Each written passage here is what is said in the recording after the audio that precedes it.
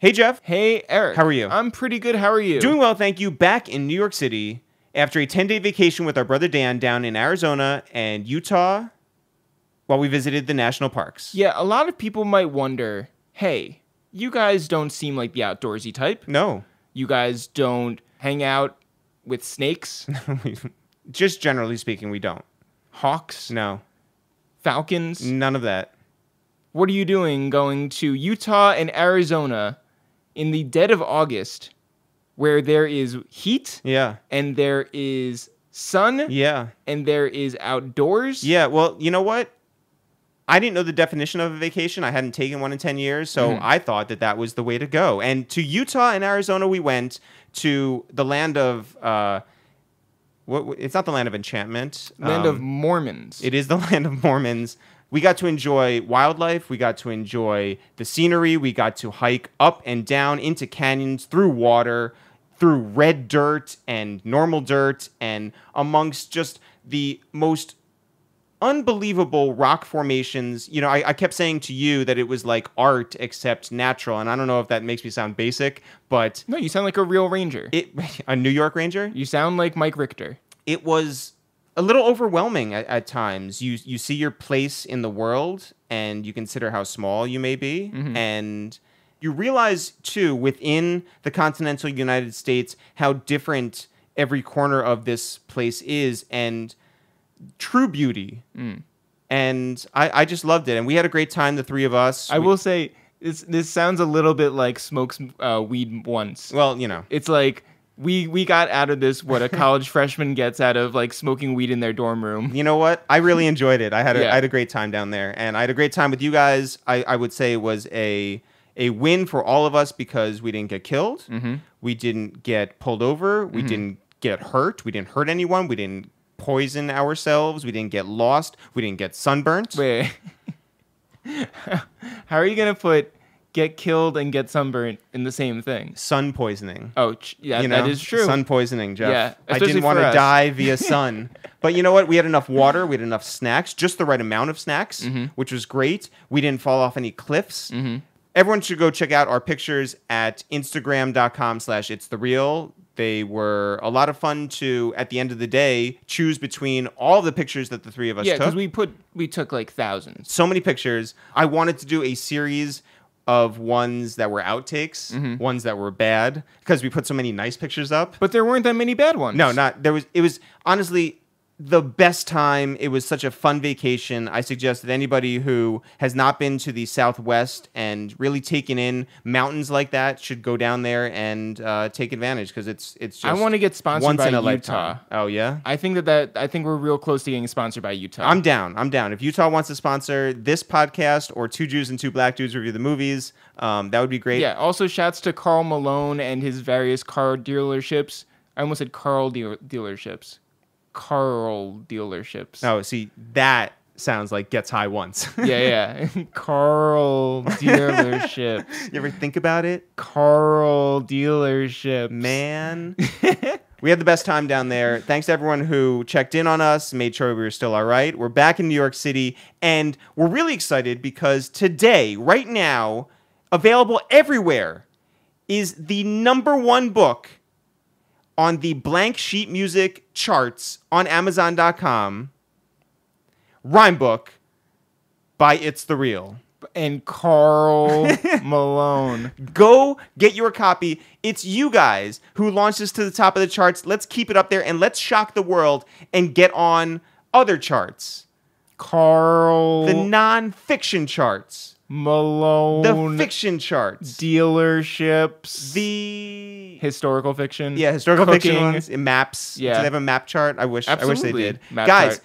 go get Rhyme Book. It's a blank lined notebook with a lot of ItsTheReal original material in there. It's so dope. It's ready for school. It's ready for not school. It's ready for whatever you want to use it for. It looks dope. It feels dope. It is dope. Look smart. Yeah. Go get Rhyme Book at ItsTheReal.com.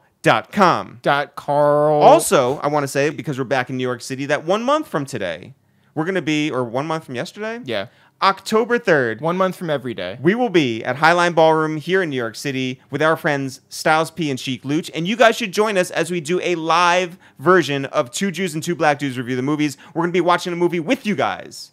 And you should go get your tickets right now before they sell out. ItsTheReal.com. Jeff, who's on the podcast today? Carl dealership. Rob Stone is on the podcast. Rob Stone, who you guys may or may not know, is behind the FADER and Cornerstone agency, which is a big deal in music and has been a big deal in marketing and advertising for a good 20 years. Yeah, a great 20 years. It's a great some 20 would years. say. Rob is a fascinating guy, someone who we met down at South by Southwest this year.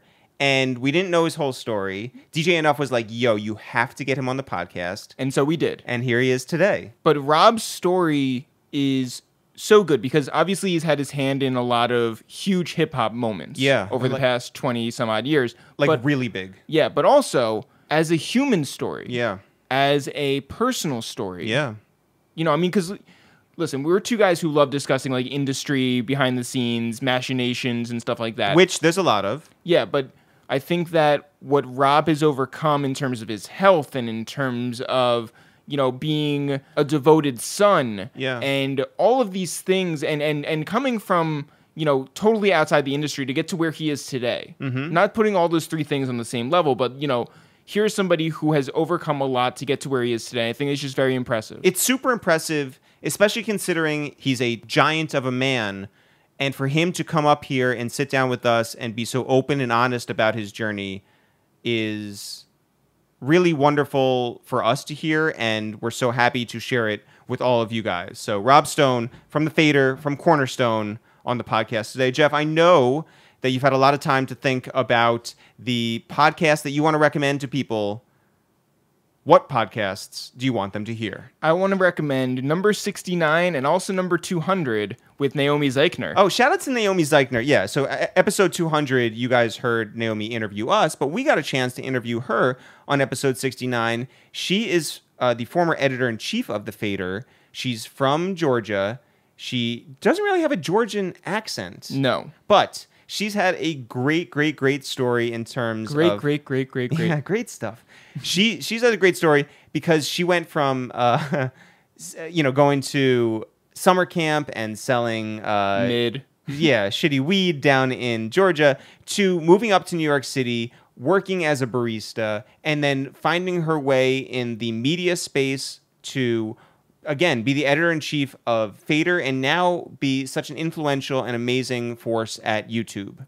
I would say number 127, Daytwan Thomas. Shout out to Daytwan Thomas, who we saw most recently in Cleveland, Ohio, when we were out there for the Jay and Beyonce tour. And Daytwan's not just one of the greatest human beings you're ever going to find, but also is like Forrest Gump in terms of being everywhere with everyone. Yeah. His Chris Tucker and Barack Obama story is incredible. Oh, my God. It's just crazy. I was going to say incredible and crazy at the same time. Carl. Carl Malone. Dealerships.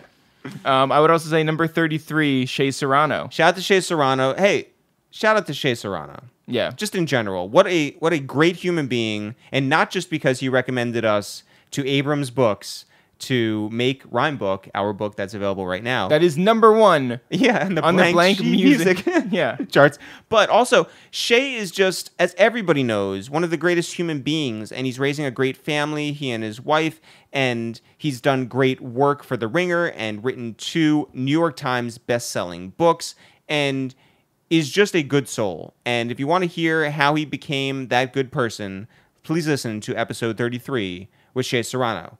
Jeff, when do you want to get into this podcast? Right now. Yo, what up? It's Eric, a.k.a. Ventriloquist Dummy, a.k.a. Say Less. Yo, what up? It's Jeff, a.k.a. Run Up on Forrest Gump, a.k.a. Bench Press. Oh, my God. Yo, you literally jumped back. I've been outmatched.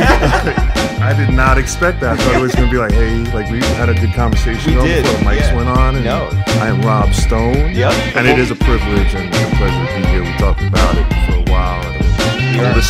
We are honored actually to have you here. Thank you. By the way, this is a waste of time, but it's the real. Oh my God. Rob, what's happening? Everything's cool. Good. Yeah. Yo, so I want to start off with the fact that when we confirmed that you were going to come up here and do this interview, you sent us an email and attached a picture of Biggie that you took. Where is that picture from? That was 1994. It was right when we went on the road. It was the Big Mac tour. Tapping the table. No, yeah. The table. I was advised not to hit the table. New York energy. That's right. But yeah, and we were visiting KMEL San Francisco. We were up at the radio station, and it was Craig was there and Big was there. And at the time, Craig's Flavor in Your Ear was a bigger record than what Big had going on. And Big was just kind of this Brooklyn cool dude hanging with like Craig, who was like this loud, vociferous, loudmouth in a sense, and excited. His record Flavor in Your Ear was hot, and Big was just sitting there, and there were all these stickers like on the back of the wall at KMEL where all the artists and all the label people put stickers up, and I just took the picture of Big, and it's like my favorite photo. It's so dope. Do you have it like framed anywhere? Is it something that you just have on your digital archives, or what is it? No, I have the print of it, but it's in a drawer with about 20 other pictures that I've never done anything with that we will do something with. I've posted a few of them, and you can see them on my Instagram. But yeah, no, it's an amazing. Spending time with Big was just like I always felt like I was. I guess the way to describe it is if you walked into a restaurant and you saw like Michael Jordan, like it's kind of like overwhelming. Like, oh my God, it's Michael Jordan. Like that's how I always felt around Big working with him. And that's early. That was early. That's you just early could Big. tell the way he carried himself. And he was cool. He made you feel cool. But overall, he had this presence that it was like this intensity, but like he liked to have fun. It was just a lot of cool things with Big. Where are you originally from? I was born in Brooklyn. Whereabouts? Like Ocean Parkway, Avenue R. My dad went to Erasmus High School. My mom went to Lincoln High School. Oh, man. And then when I was 1, they moved to Long Island. So South Shore, Long Island. So that's where you get the accent from. Yeah. That's it. That's the Long Island accent. Okay. Appreciate that. Yeah. You're more Long Island than you are Brooklyn. Yes. Okay. Yeah. But I carry the Brooklyn. Did your parents ever lose the Brooklyn? No. My dad was like hard-nosed dude, played football for Erasmus, had a warehousing trucking company in East New York, Brooklyn. I worked there in the summers. Like, it taught me a lot about life and what he did. But yeah, Brooklyn was like really important to me. And, What part of Long Island plays a part in your life? The good part. The Billy Joel part. Yeah. Yeah. No, I mean, seriously, probably the part where like when Rakim came out, like I just was so like I just smooth as a violin, rough enough to break New York from Long Island. Like I remember when I first started working in the city and I was living with my dad, that commute, I would listen to that record and had dreams of like, wow, I can make it in this city. But it was like those type of records that did it. Just you, or you have any siblings? I have a sister. Older? Sister, great sister. And how much older is she than you? 3 years. Okay, so you guys grew up together. You went to school together. Yep. What was she like growing up? She was really cool. She wasn't into hip hop at all. It was interesting. The cutoff was like my generation was like the first generation really getting into hip hop. It was kind of weird, the separation, but it was like noticeable. Like I was really into it young, and her friends come over, like they had no idea what it was. Like, it was really interesting. So she was listening to like rock or rock. Yeah. Yeah. And what did I don't remember what though. What did she pass down to you, like in terms of cool? She might not have been the one passing me cool. Okay. But she taught me how to. She was great because she let me hang out with her friends. Sometimes they were mean to me, sometimes they weren't.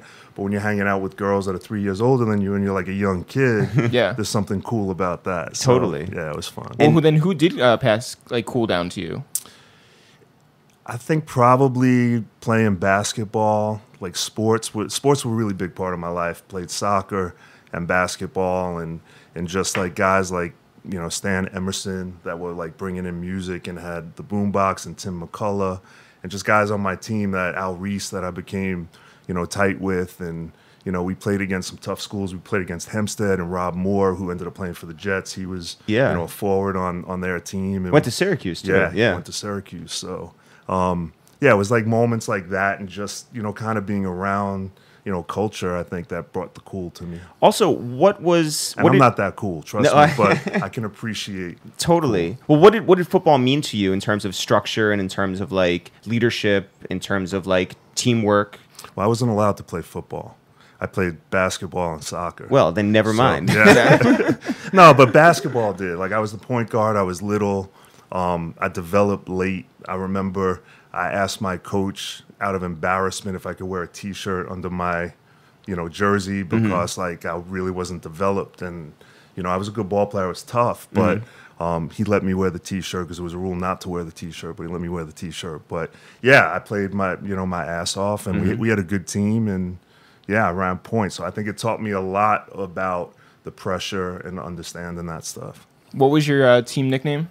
Our mascot at Lawrence High School, I don't know. Oh, the Tornadoes. Oh, for a second I was going to be like, Golden what, Tornadoes. are you making this all up?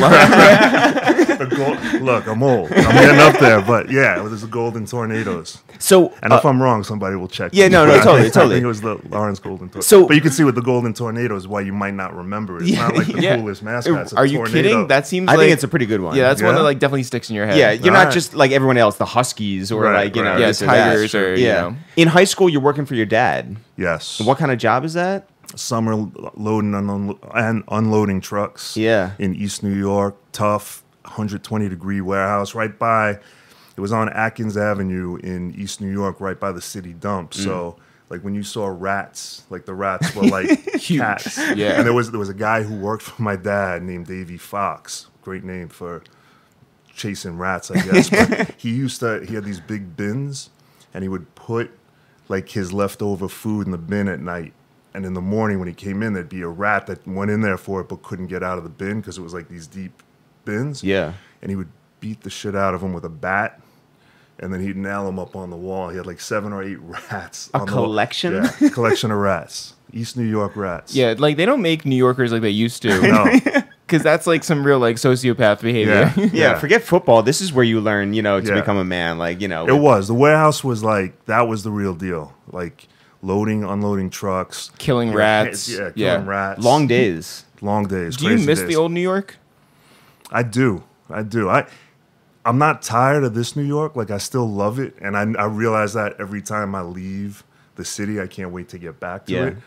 But it's not, I do miss the old New York. Were you driving the trucks? I was driving the high-low. Oh, like okay. The high-lows that lifted, and I got really good at that. But one of the biggest fights I had with my dad was because he would be there late. Everyone would leave, and then I would go. I was 15, 16 years old. I'd have fun with the high-lows, and I used to do these like spin-outs and 360s, and he caught me, and he nailed you up next to the rats. He Davey Fox. Right. So, was there an expectation from your dad that maybe you would go into the family business? There was, but I think he knew he wanted me to do more. He knew how hard he worked, and that was like, look, he was in business for 50 years. His thing was, I never missed a payroll. He did it himself. He was independent, but he was the hardest working person I've ever met, and taught me so much about life and dealt with the underworld. I mean, he was in Brooklyn in the trucking days of like the 70s and 80s when he started this company, and like, I've seen Territorial. Yeah, I've seen stuff that makes guys in the music industry look like teddy bears, and the music industry could be rough. Like, honestly, like there's some real dudes in the music industry, but when you're dealing with like trucking in the streets of Brooklyn in the 70s and 80s, it was real deal. No joke. Yeah. Like, I know how tough you guys are. Well, yes. You're from the streets in New York. You ever seen The Warriors? I have. So have I. Yeah. Okay. Great. So you get your work ethic from your father. Absolutely. But did you have a creative side in high school? I mean, again, I was really into hip hop and like loved hip hop and probably wrote rhymes I shouldn't have written because I wasn't very good. Okay. And, when I got out of school, I managed a guy that you guys know who was in a rap group who he was actually good and could have had a career, but Drew Ha, big up to Drew Ha. Yeah, totally. But I managed him when he was in college in a rap group, and he had a partner who was incredible, but they kind of didn't make it past that first year. Where'd you go to college? I went to Albany, University of Albany. The biggest party school. Yeah, it was back then, too. Yeah, it was cool. Was there any thought that you would go anywhere else besides Albany? I didn't take applying to college seriously. Like, I just didn't. I don't know why. Like, my friends did, and friends went to Syracuse and to Penn and to like some great schools. Albany was honestly like, I think $800 a semester. It was close to home. Yeah. It was a good school. I got in. I did well on my, Regents or whatever it was back then, and just decided to go there. And did you know what you wanted to go for? Yeah. No, no. But I ended up doing business, marketing and business and finance degree. And was that like something that you like ended up being like caring about, or was that something where you were like, okay, my dad has his own business and maybe I should? I was always entrepreneurial. Like when I was in high school, I got the bug, I think, from my dad. And then like the cool bug I got from one of my sister's boyfriend. Maybe we could attribute it to my sister. Yeah. Yeah. Shouts to her. Boyfriends. Yeah, that's right. Was promoting parties in the city. Really? And he's like, hey, take these, flyers. Like back in the day, like covers to get into clubs were like $20, $30 or whatever. He's like, take 200 flyers, initial them, with your initials, put them out in stores, give them out to people in the city, and I'll give you $2 a flyer that comes in. I remember, I was like 16. Yeah. And I went into the city, went to Studio 54 with him, and he ended up giving me like $100 for the night. And I was like, whoa. Yeah. Like, okay. Yeah. So that kind of like ignited the bug about the club. And I started doing clubs in the city, in college. When I got up to Albany, I started doing like regular night up at college, took the door, brought like 400 or 500 of the students to like certain bars and cut deals with the owners. So Albany's popping? Albany was popping. The Fat Cat was like the club. Yeah, that was the place. Sure, you remember that, but not the Golden Tornadoes. Yeah. How did sort of college shape who you are today? College was interesting because you're on your own, and you find out a lot about yourself, and you go through your ups and downs. You go through great times. I played soccer for a little bit up there. In my sophomore year, I had to leave college because I was diagnosed with Hodgkin's disease. Yeah. Wow. So what symptoms were like leading up to that? And then like when you find out that there's like an actual diagnosis to it, is that like a relief that there's like a name for what you have? Or that's a great question. So I was in the best shape of my life. I didn't smoke. I didn't drink. I was playing playing soccer up at college, and I came home for one of the holidays. And as I'm leaving, I'm like, Dad, by the way, I have like this swollen lump. What do I do about it? And like, I just remember the look he gave me, like, are you a fucking moron? Like, looking at me. And I was like, getting back in my car to go to school. He's like, we got to deal with that. So he came up that week and he found a surgeon up in Albany. And I had surgery and they took it out. And honestly, like, wasn't thinking anything about it. I thought, okay, they took it out. It was like in my groin, like leg area. So I just told everybody I had knee surgery because I just didn't want to deal with like explaining what was going on. And the following week I was registering for classes for the next semester. And my dad was in my dorm room and I'm like, with my best friend. I'm like, what are you doing here? He's like, oh, we just have to go get the stitches out, today. And I just wanted to take you. I'm like, you didn't have to come up here. And I would like, didn't think anything of it. Didn't think anything of it. We go for, lunch with my friend. And my friend's like, my dad, he called him Chuck. His name was Charles Stone. But he's like, Chuck, let me go get the car. He goes to get the car. My dad was a no bullshit guy. And my dad just looks at me. It's great. Like, good question, by the way. But he just looks at me. He's like, look.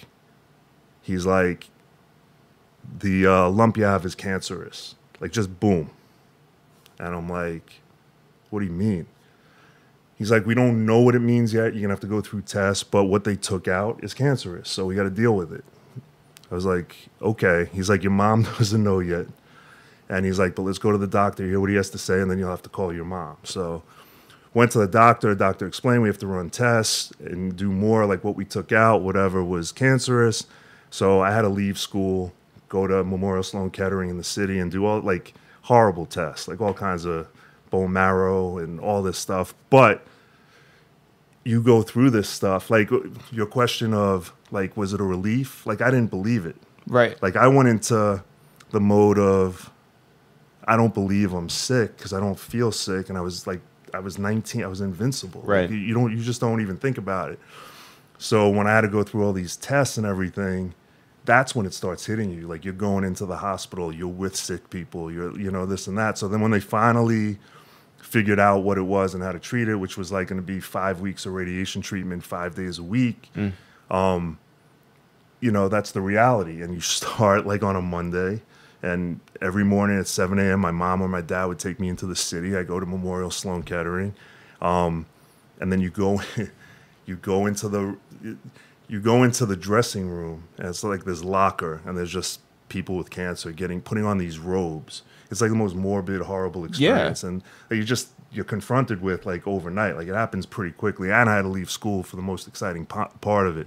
So I'm putting on my robe, and I'm just like, I can't believe this is going on. And then they like direct you to where you have to wait, and it's like this room with like 40 chairs and 30 sick people in it. Like everyone has cancer, and everybody's just silent, miserable. Yeah, of course. You're like, online. Yeah, you're waiting for your radiation, which is radiation to like, kill cells. Yeah. So it's killing good cells and bad cells. Right. The vest that you're wearing will not let the radiation into certain parts of your body, right? Yes. Yeah. So, but I never went into the sick room, into the waiting room. And they used to yell at me, and I'm like, I'm not, like, part of my mental way of approaching it was, okay, they're saying I'm sick. I'm going to go in and do what they say I have to do to be well, but I don't believe I'm really sick, and I'm not going to act sick. I'm going to continue with my life. And I'd stand in the hallway, and I watch like the construction guys were like building out. It's a very good business, the cancer business, if you guys haven't noticed. So they were like building like new buildings and wings. So I'm like watching these guys build, and I'm standing in the hallway with at the time it was the Sony Walkman and like a CD or whatever. But that shit helped me, and that I think made me realize how much I loved hip hop, because it was like LL Cool J, the Beastie Boys, Run DMC, and like you put that mindset on, you know, of like a Mike Tyson, Ice, and I'm a soldier at war, I'm making sure, you know, like all those lyrics, I'm the king of rock, like that would get me through that hour of misery of dealing with it and give me the strength to just walk a little different from the locker room to the room. I'm sorry, what year is this, like 87? 87. Good guess. Yeah, it's not like I was there. I was just trying to think like when those lyrics might be from. Yeah. But yeah. Had you dealt with death or those extreme life-changing experiences prior in your life? Just my grandparents when I was probably 13, but that's not like that's how it should be. Right. You know, and it's sad and it's hard. I had great grandparents, but it didn't hit me like that. It didn't hit me until the following year. I was on campus, and there was a really nice guy that I grew up with that was a year older than me, and someone's like, oh, did you hear Lyor Cohen has cancer? And I remember he has like it hit me. Like I realized what everyone else was hearing when they heard that, you know, Rob Stone has cancer, because it didn't hit me. Like I didn't buy into it in a way. So when I heard he had cancer and it was like serious and it was lymphoma, I just remember sitting like by myself being like, wow, I really dodged a bullet like that. And then like 6 weeks later, you know, sadly Doug passed. That's when it was like, holy shit, like this was, I didn't realize how serious, and don't get me wrong, like the daily routine, like you're wearing this horrible robe and they call your name. And I had 2 great technicians at the hospital, but like you walk down the hallway and like they walk you into a room that has like the hazmat signs on it. You know, the door's like 2 feet thick, the glass is thick.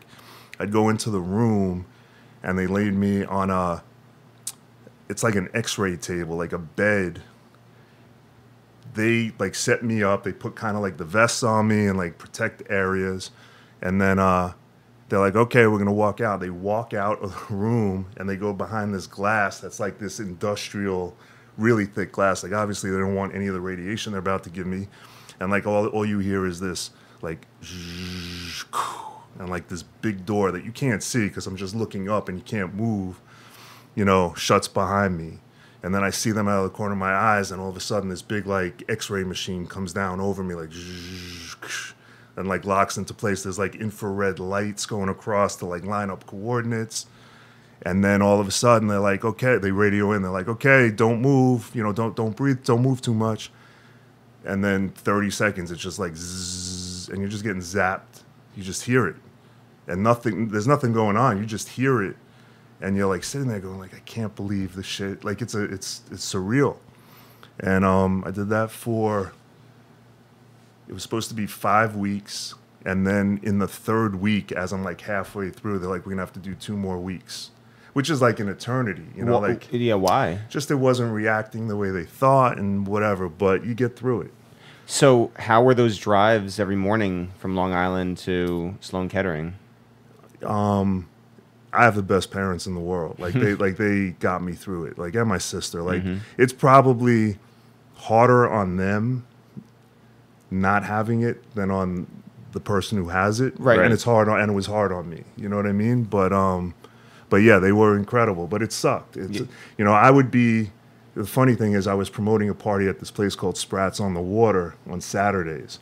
So come Friday night, I was fine. Saturday night, fine. Come Sunday night.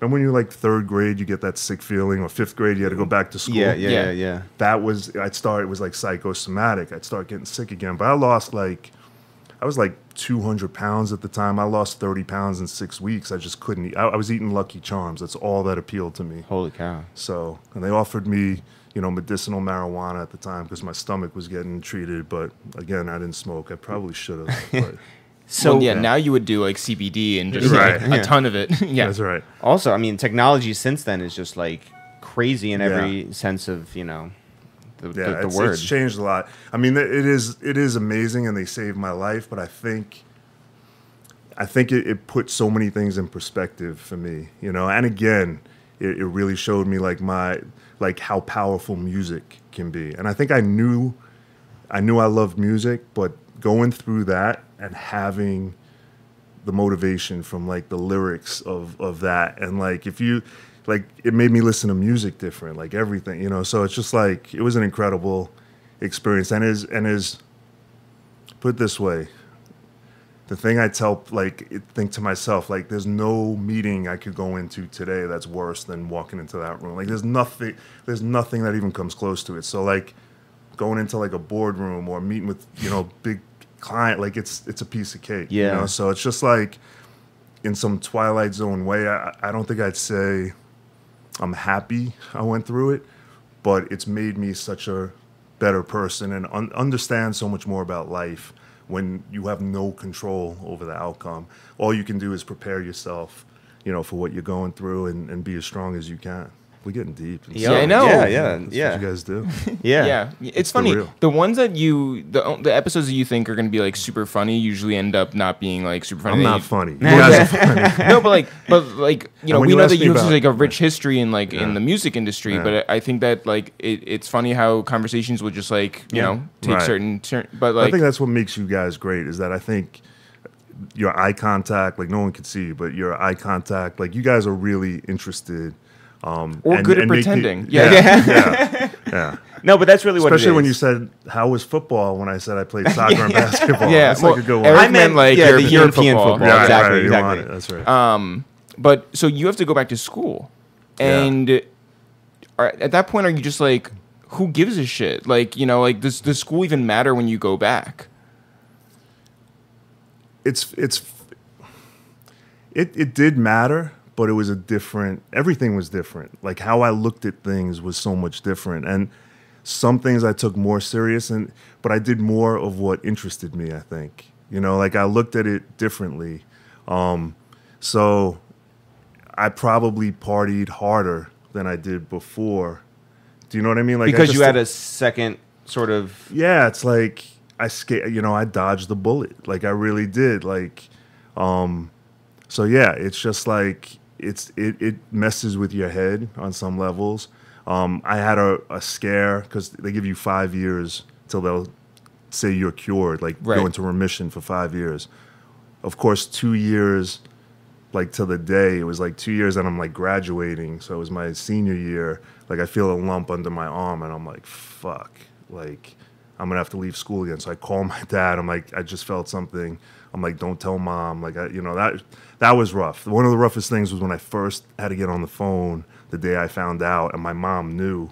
and I had to make believe I was good. And I was like, that's a tough conversation. Yeah, no kidding. But this time I'm like, let's not tell mom. I'll come into the city. Let's go. So we were like pros at this point. So like, you know, we went in, saw the doctor. He's like, look, you have 10 days or 2 weeks left of school. Go, but if you're not freaked out that you have like this lump, and I'm like, I'm not sick. Like, I'm good. And my dad wanted me to do it like the next day. And I'm like, let me go back to school. I'll be back here in 2 weeks.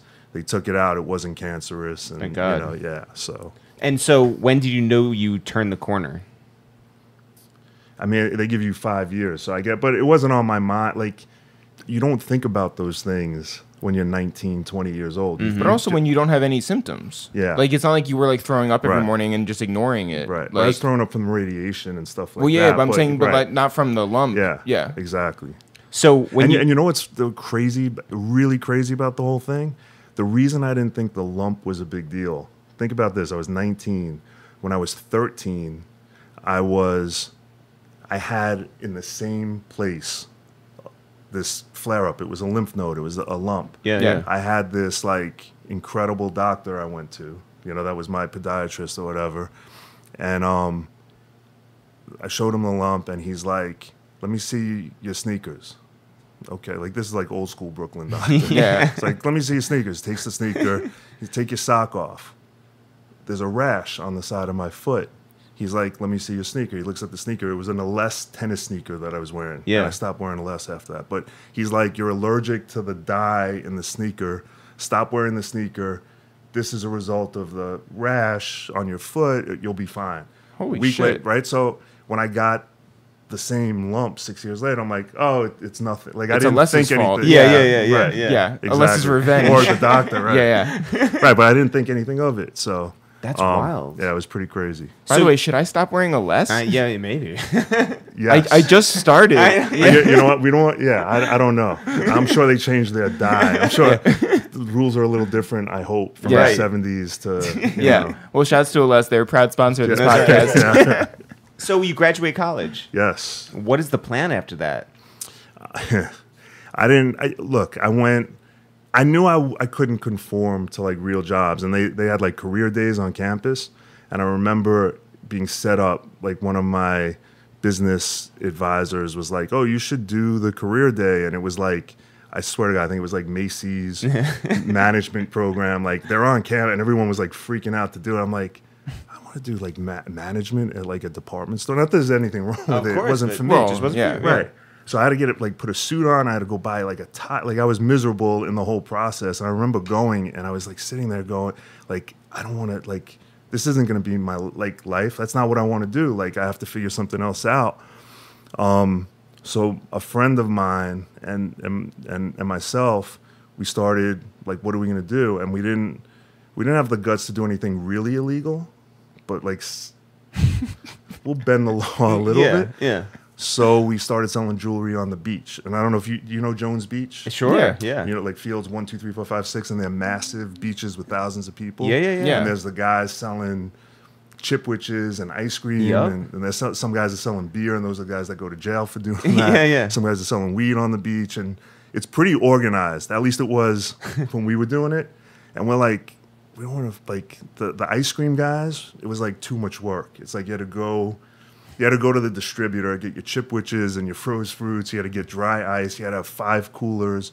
And God forbid your merchandise, melts. So, Well, yeah. you need the dry ice. But it was like a whole routine. There was a lot of work to it. And then you had to get there early and park in the first row of spots. And you had to go. These guys, like, we had a friend who did it, and he'd have a shovel, and he'd take the first cart, of ice cream to the beach, dig a hole, drop it in, put the blanket over it. Like, Wow. There's probably something no one knows. Because he had to get like 5 or 6 of these, big coolers down on the beach before the police on their scooters are there, because state-owned property. That's actually really smart. Yeah. So he put them, 4 or 5 of them on the beach, plus save time because the parking was far away and you just couldn't. So like, and then he's walking around selling chipwiches and frozen fruits, but he's making. Some of those guys were making probably back then $8,000 a weekend, $10,000 a weekend on just ice cream. Shit. Cash. Yeah. Cash. Which they then buried right next to the chipwiches. Yeah. Yeah, you get it. Yeah. So we decided, well, like, that's too much work. We're not going to sell beer, like, because you go to jail for that. We're not going to. So we're like, what if we sold jewelry? So we literally were like, all right, how we get jewelry? So we're like, it's me and him. There's no internet back then. We're like, we figure out there's a trade show, like maybe through our sisters or whatever. Maybe that's the cool part. Yeah, totally. Yeah. And shout out to your sister. Yeah, you're right. And the underworld boss. That's right. And we literally go to the trade. We make up these fake NBC News passes, like literally cut out like an NBC logo from like a Reader's Digest or whatever, like and put our picture on it, said NBC News, and we got passes to go in. And we're like interviewing, and now we're meeting like hot girls, like the display girls with jewelry. You're like Frank Abagnale Jr. Exactly. It's a little weird. Yeah. Right. Yeah. Not sophisticated though at all. And but we end up finding like this vendor who has like mother of pearl bracelets and like those the cloth bracelets that say peace, love, like all these things. And they're like, we're like, how much are those? And they're like, $25 a bag. How many are in a bag? 100 in a bag. So you're paying 25 cents for bracelets. So we're like taking like bags to the beach in our backpack, but there was a whole system. Like you had it, like you have them in your hands, and you had like bandanas with the mother of pearl anklets and bracelets, and you'd walk around going anklets, bracelets, and you know, girls are at the beach, and like 10, 12 girls, they call you over, and you'd sell these things for $5, $6, $10 a piece. Have like $110, $120 sale to 10 girls. They're bored. They're looking at your jewelry. You're looking for the cops. You know, you have your 5s folded a certain way, your 10s. Like there's all like a science to it. You know, your bigger bills in the back, and like this way you could keep your eyes going and. It's about speed. Exactly. And knowing where the cops were. On their ATVs. Did you have to run? Because you got to look for like the wet sand then. Exactly. So, no, but it's a sea of people. Right. By like 11 a.m., it's like a sea of people. So you could see the cop coming on the ATV. Like you could see, and he's trying to weave through like, and they're on binoculars. Like it's a serious like. Yeah, we've seen Baywatch. Yeah. You know, okay, it's the Baywatch thing.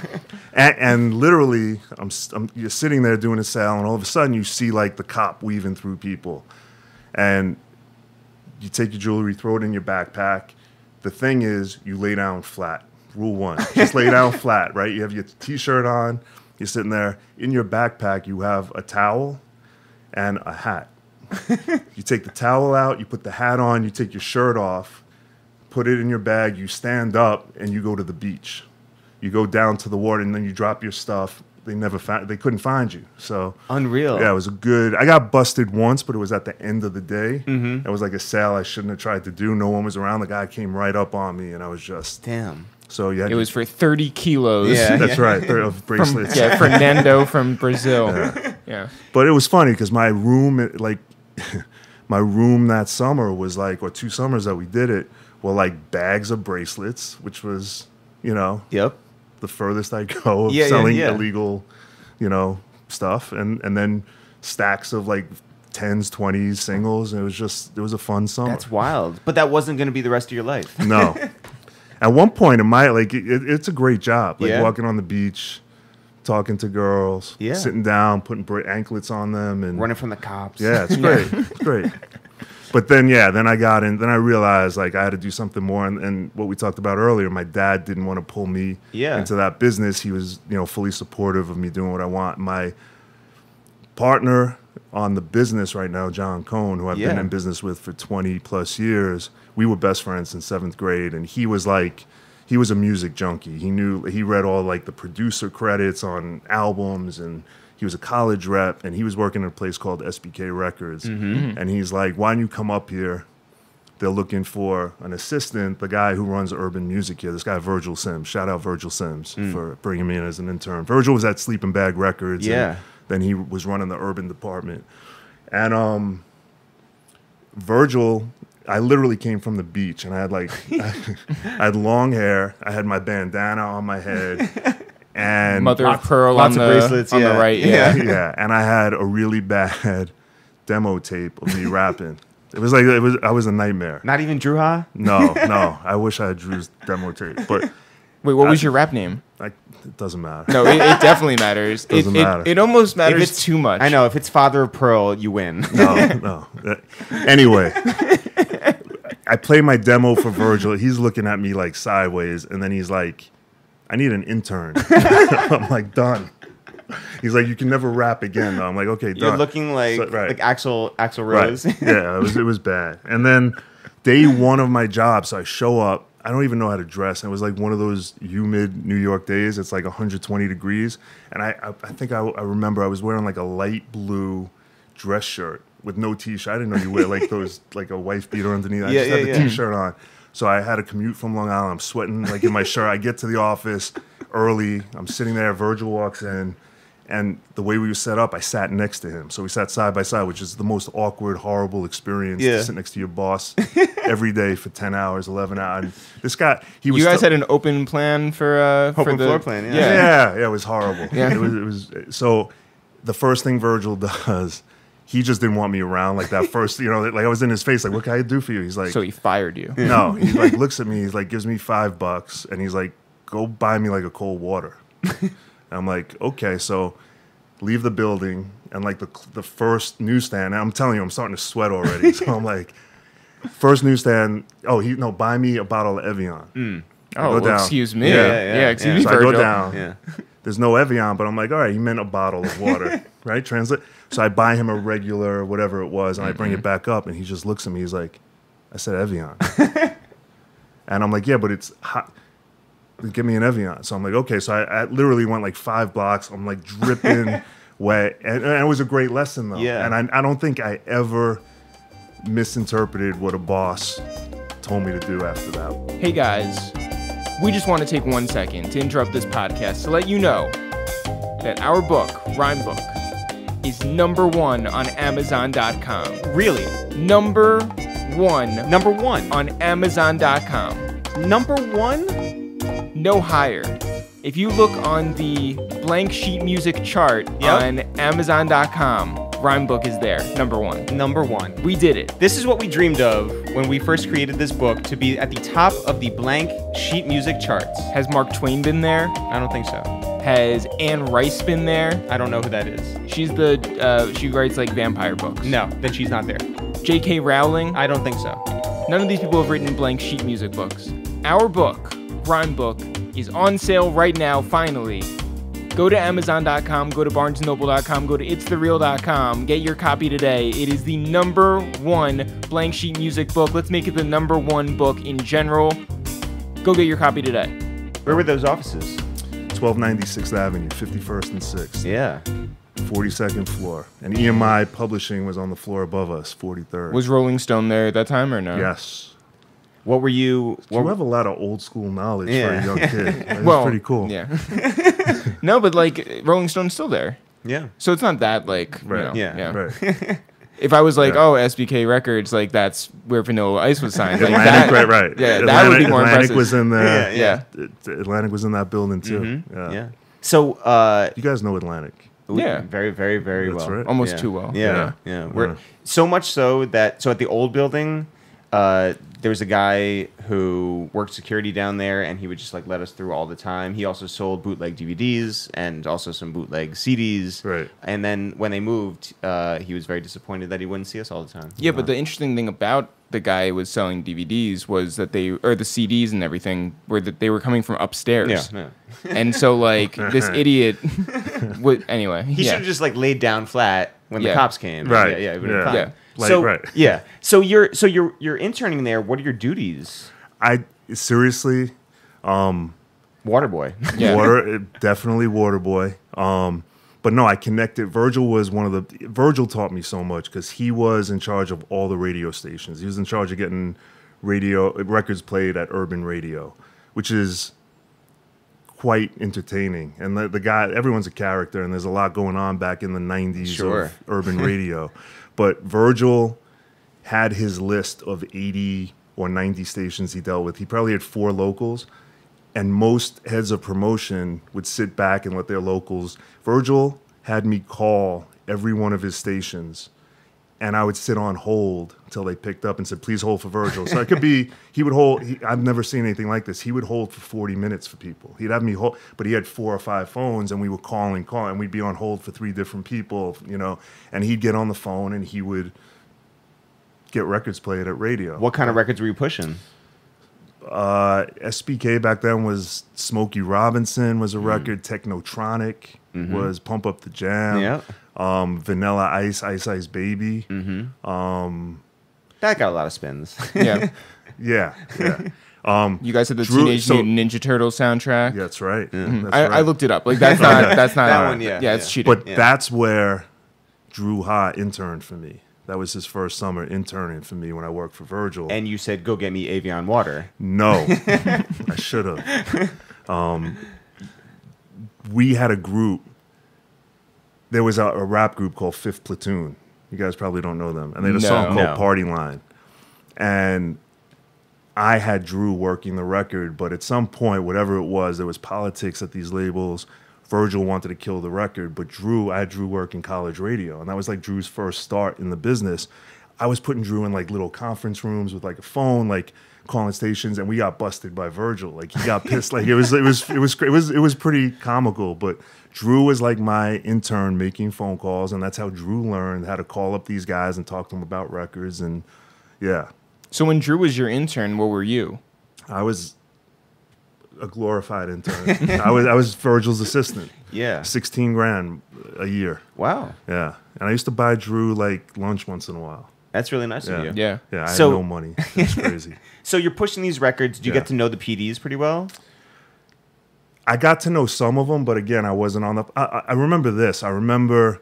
This was crazy. Two people that really had an impact on me. Julie Rifkind, rest in peace, Steve Rifkin's dad.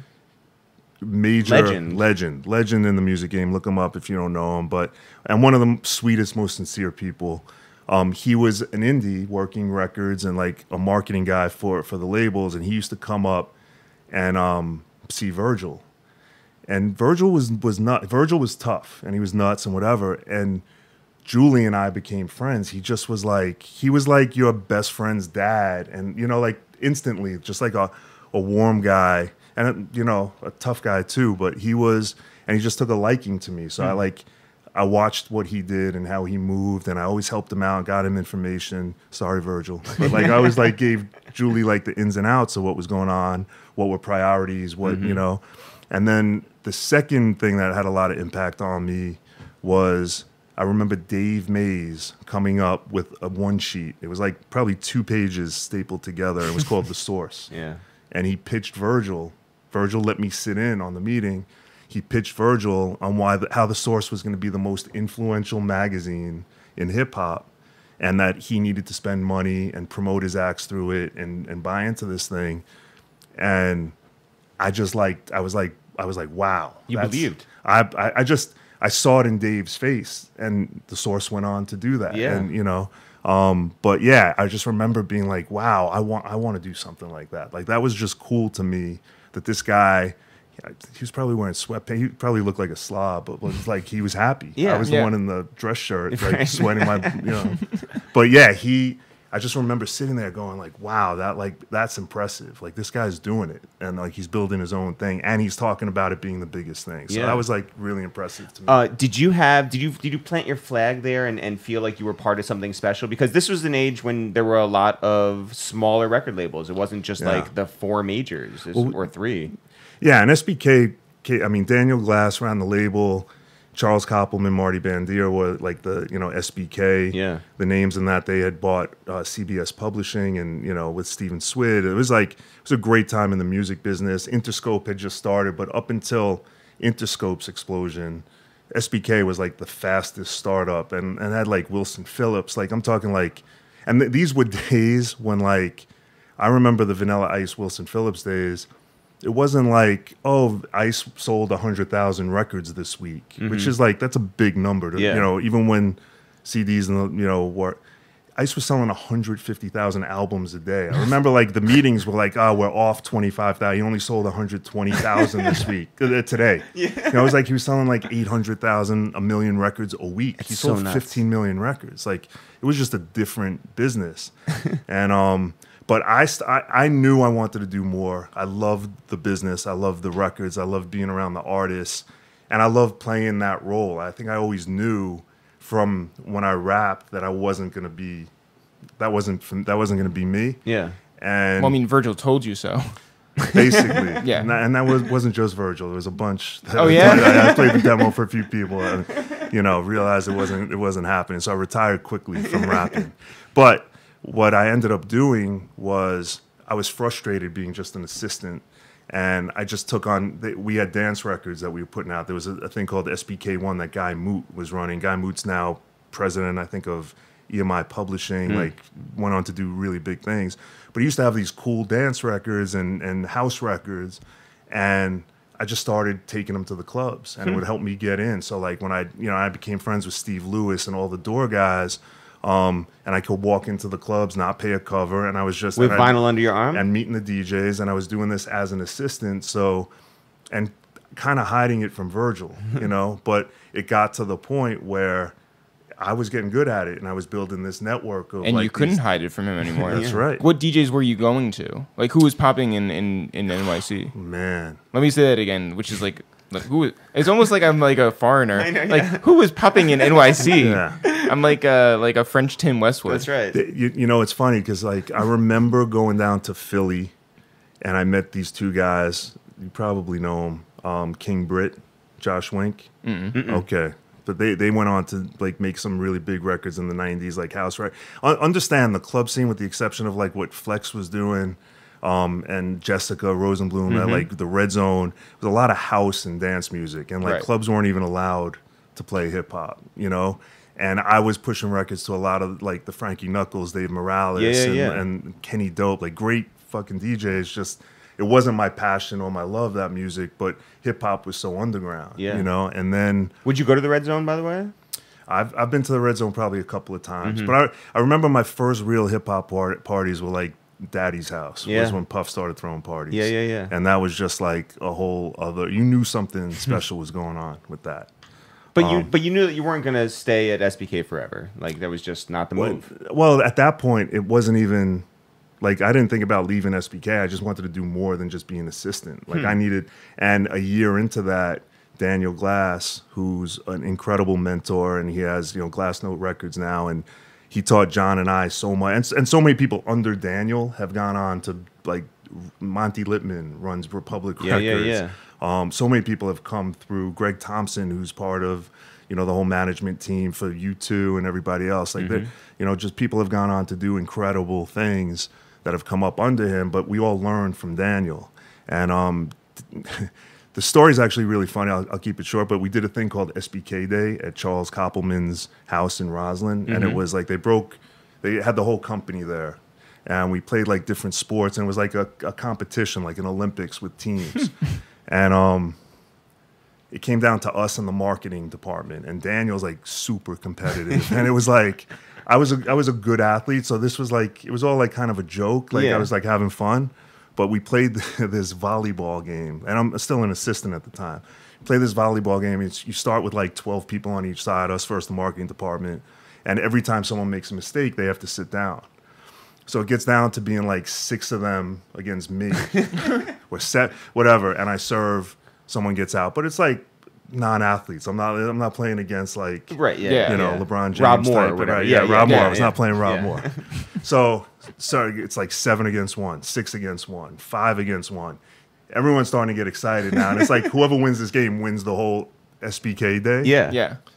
Daniel's like, "Come on, Rob, you gotta win." Like he's like so into it. I'm like, okay, like like we'll win. Yeah, sir.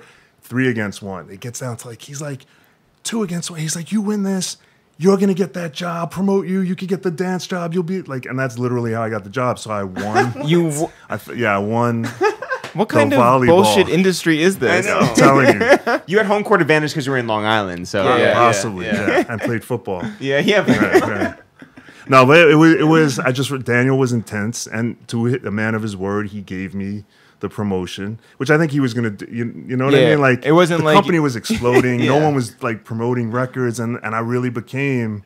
And Daniel said something really smart to me. He's like, "You could become the club guy, and you're young, and he's like, you'll be able to travel the country and go to clubs at night. But if you're smart, you'll wake up every morning and go meet the program director, music director, and the guys at the station." And that's what I did. I'd be out till 4 a.m. I wake up at 8, bring breakfast to a station, and get in, and you just politic, and they wanted to hear from me too, like because I was in the scene. They know, you know what's popping. Yeah. So, Hot 97 at that time was a rhythm station? Yeah, Hot 97. They weren't playing like rap yet, right? No, they started in like 93. Yeah. It was Joel Salkowitz was running the station. They started playing hip hop when Steve Smith came to town. Right. And I had met Steve when he was in Arizona, and I was promoting records, and we had like 8 records, and used to bring CDs of records. And I went to see Steve. Monty Littman, who was the local, set it up. I was like the national crossover director or whatever. So Monty's like, Steve, please meet with Rob. And Steve's like, no bullshit guy. He's like, Monty, I don't have time. I got to run a station. Who is this guy? Like, Steve was like that. And Monty's like, trust me, just meet him, give him 10 minutes. You got to do me the favor. And Monty was great with these guys. Mm-hmm. So I go to the station. I'm sitting there like in the lobby for like 45 minutes, an hour. He finally comes out, and it's not like, hey, Rob, good to meet you. Steve's like, Monty said I have to meet with you. Like, he's like this neurotic, like crazy. I love him to death. Yeah, of course. I don't. And this is my first impression of him. He's like, I don't have time for this. I'm like, just come back. And we like go back to his office, and I literally reach into my bag and I take out like the 8 CDs and put them on his desk. And he's like, I don't have time to listen to this. And I'm like, and I literally take 7 out of the 8. And I just take him, I throw him in his garbage. And he like looks at me. I'm like, this is the one record you should be playing. I give it to him. I say, see you later. And he's like, wait. Come down. I don't know if he felt guilty because he's like a super nice guy, or if he was like intrigued that I didn't. That's so awesome. Care that he was throwing me out of his office. And like, I ended up sitting with him for like an hour talking about music. The record I slid him was this Ali D Flavor in Your Ear record. Not Flavor, brand new Flavor. He played it. Yeah. He ended up playing it, but it was an Ali D record. It was like a catchy, jingly, weird record, but it had its run. But Steve added that record, but we became friends. So were you watching the charts like every week and seeing how many spins you would get and like everything? Yeah, like working records. It wasn't as sophisticated back then. It was more like there wasn't like, they didn't track the spins like that. The stations reported spins. Yeah. And back then, some stations would report 40 spins when they were really not playing the record. Sure, it was like paper ads. Yeah. But as it got more sophisticated, like there was a way to be sophisticated about it. But when Steve moved to New York, I had already become tight with him. And I was like, look, when you get here, like I'll help you out. Like I think he had just gotten through something like maybe divorce or whatever. And he was running Kiss in Hot 97. And I helped him like move in, and I take him for dinner, and then like I take him around the city just to like spots for him to see. We go to Long Island, we go to the Bronx. I would just drive through and let him see, stand around, and get the vibe of the city. The city had a vibe. Like I think when you're talking about like, do I miss Old New York? Old New York was different. It was like you could find kids like standing on a corner hanging out like in a cypher, like or like clubs that really were about the music. And yeah, it was just a different vibe. So we did some of that, and then he had changed the station to a hip hop station, and this thing I said to him, I had just started at Arista, and I'm like, look, there's this guy Puffy, he's got this label Bad Boy, he's the shit, like you need to meet him. And like Puff, all he had done at that time was the stuff he did at Uptown, and he had just started Bad Boy.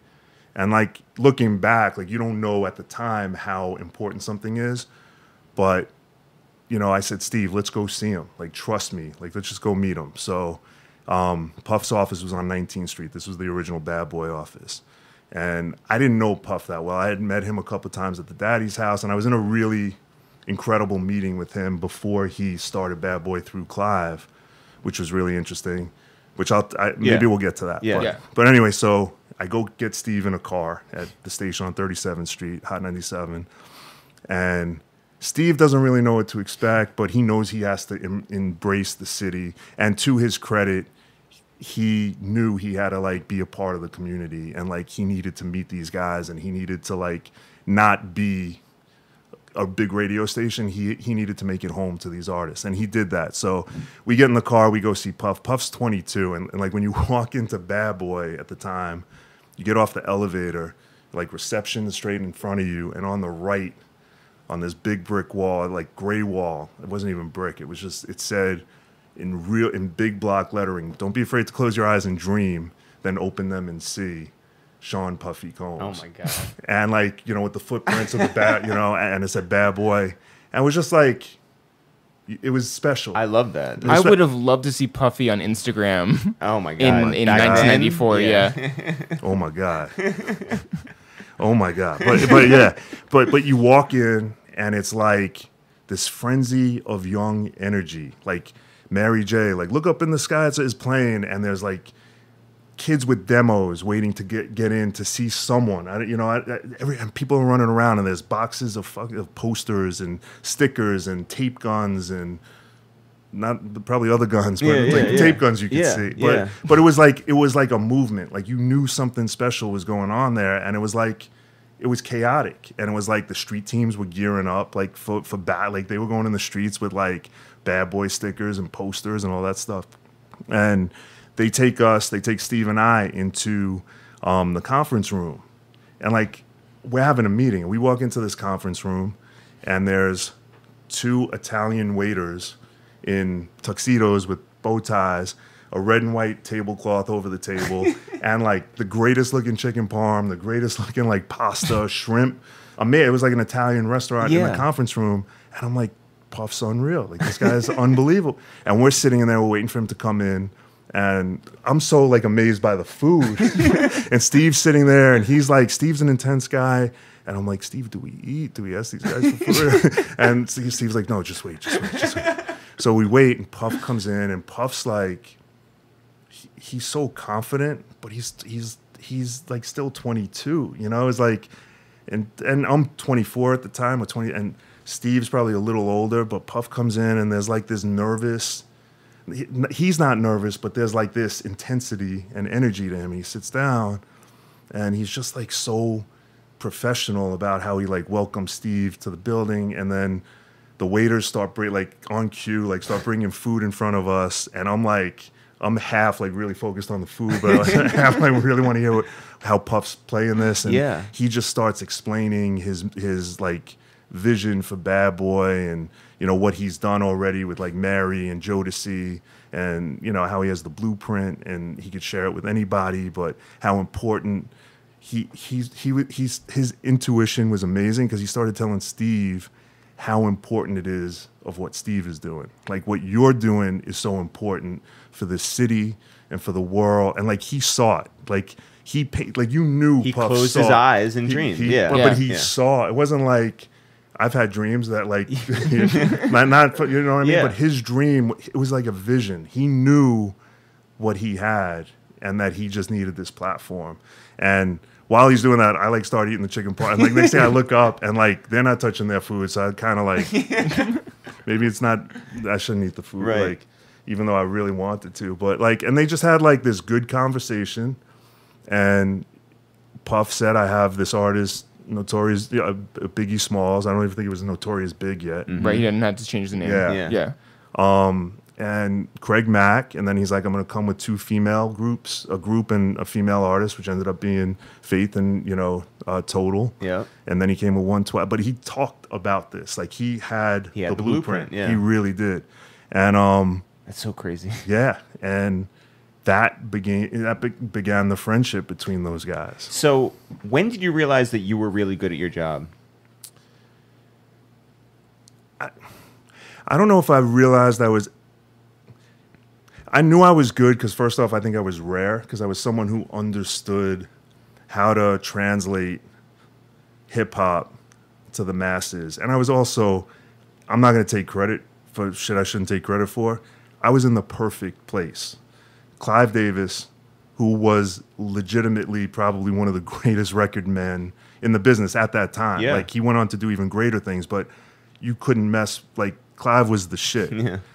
Clive was smart enough to realize, like, this is coming, and I'm going into business with L.A. Reid. I'm going into business. I think L.A. turned Clive onto Puffy. Mm-hmm. I'm going to sign Puffy. And Puffy, the interesting part, I was at a meeting 3, 4, not even, probably 2, when Puff got fired from Uptown. Mm-hmm. Hitting the table, I'm sorry. But when Puff got fired from Uptown, he was shopping his Bad Boy deal. And I was at EMI at the time, right? I was with Daniel, and Fred Davis, who was Clive's son, was head of A&R. And we go to this meeting with Puff. So I sat in a meeting that was incredible to watch Puff talk about his label, and what he wanted to do. And they were talking about making him head of, you know, urban music at EMI and giving him this imprint Bad Boy. And it didn't work out. But like 4 weeks later when I'm at Arista and Puff walks in, my boss, you know, introduces me. This is Rob Stone. And he's like, amazing. So Puff walks in with a couple of his guys. And I'm in Rick Biseglia's office, who's head of promotion. And I literally just started. Puff walks in, and he looks at me, and he remembered me from the meeting, and we had met a couple of times before. And he's like, Rick goes, this is Rob Stone. He's going to be doing, you know, crossover radio. And Puff just looks at me. So this was before the Steve Smith meeting. And Puff just walks up to me, and he looks at me, he goes, they paying you well? And they were. So I'm like, yeah, like, you know, yeah, they're paying me well. He's like, all right. And seriously, in front of my boss, and he was a hero to me. He goes, if they don't treat you right, you call me and let me know, because if you're working my records, they better treat you right. Wow. And I was just like, wow. Yeah, like I wanted to hug the guy. Yeah, right. Like, I was like, okay, cool. You know? But like I think his instincts, and there's a reason why he's done what he's done. And his instincts are incredible. You know, like just how he played that room. For sure. And it made me like, I think maybe there I realized like, I'm going to go all out for Bad Boy and this guy. And then never, like I think the thing I always realized about my relationship with Puff over the years, and especially in those early days, there were times I wasn't invited to a Bad Boy party. I would never call. I could have called him and said, hey, can I get on the list? And he probably would have said, of course. But I never asked for anything unless it benefited him and Bad Boy. Right. You know, so like I knew my position on the field. You know what I mean? Like I knew what my role was, and I never overstepped those boundaries. That's awesome. So maybe that was where I realized I could be good at it. But again, I was dealt a great hand. You know, Biggie, Craig Mack. I mean, we changed radio with them, and it was hard. It wasn't easy to get urban artists played at, you know, commercial white-owned radio stations back then, when there were very few stations doing it. KMEL in San Francisco, amazing. They had this no color lines tagline. They were playing hip hop, and it was just starting. You know, it was just, and a lot of stations would only play like pop, urban music. So what's a record that you took a chance on? Funny you should ask. God, this is a great story. Sit back and relax. I'll try to cut to the chase, but I was so I remember I got the call, and this was after the Steve Smith Puffy meeting, and I get the call from Puffy's office. Puffy wants to play you some music. Can you be at his office 4 o'clock today? I'm like, yeah, I'll get down there. We want 57th Street. I get down to 19th Street. I get there at 4. I think around 5:15, I'm asked to come back to his office. But again, like, and whatever. So I go into the office, but, you know, Puff's like, I'm going to play you the big album. And he, like, literally told his assistant, he's like, shut my door, don't interrupt me. So it's like all these things, like, whether instinctual or thought through, were, like, super impactful. Like, I'm sitting here going, this guy's running a company. He's talking to Clive. He's talking to and he's shutting the door. Like, it made me realize how important the moment was. You know? And he literally played me the unmastered cassette, which I still have, that he gave me. People weren't afraid of leaks back then for whatever reason, but he played me the big album, which was unmastered, unfinished, ready to die. And we sat cut by cut. And it was probably like the greatest hour and a half of like my music career, especially to that point. But I just remember leaving, and he's like, you want the cassette? I'm like, yeah. He gave me the cassette. And I called Mike Kaiser, who was at Def Jam at the time, and he was running around. He had like Method Man and Redman, and I just called Kaiser. I'm like, yo, I just heard one of the top 5 greatest albums of all time. And he's like, albums or hip hop albums? I'm like, no, like this is one of the greatest albums of all time. And Kaiser remembers it because he always gives me a hard time about it. But like, nah, it was that moment. Yeah. Like, you know, sometimes you're in those moments, and then when you look back at them, you realize how special they were too. But it was that. And then, so I was really, I was like the one person on the pop promotion team, and that's why they brought me into Arista. I really understood hip hop. And I reported into Rick, and Rick was an incredible pop radio and strategist. Like, he knew how to break records, and he was great. And Arista was a machine. Clive was making great records. Clive had the best producers, the best writers, the best artists. He had incredible instincts himself. So it was just like this perfect storm of being in the right place at the right time. And, you know, the Biggie album came out, and Juicy, you know, then, you know, B-side might have been Unbelievable at the time or whatever. Then Big Papa was the second single. And I remember sitting in a marketing meeting, and they announced that the third single is going to be Machine Gun Funk. And this is like deep into, I've been on the road with Big, and like, I know the album. I know Big now. This guy's like, personality is huge. He's smooth. Like, yes, he's big, and but there was like a smoothness and a charm to him. And Machine Gun Funk was a great record. Like, you go listen if you don't know it to, you know, I know you guys know it, but like Ready to Die, Machine Gun Funk's a great, great record. Right. It just didn't sit well with me that I could get it played at all these stations. Like, we got Big Pot, like we were breaking through. It just didn't feel like the right next record. So I went home and like re-listened to the album for like probably I just abused that album, you know? So I listened to it, and I came in the next day, and first thing in the morning I go to Rick, who had great instincts too, and I just said, Rick, I think Puffy, I think this is the wrong next single. Like, he's like, whoa, and Rick is like impatient. He's like, well, what do you mean? He's like, why didn't you say anything? Like, and I'm like, in my head, I'm like, I'm fucking 24. I'm not saying like in a meeting. So I'm like, you know, I think it could be a different record. I just think it's not the right record, whatever. And I didn't have to explain it to Rick.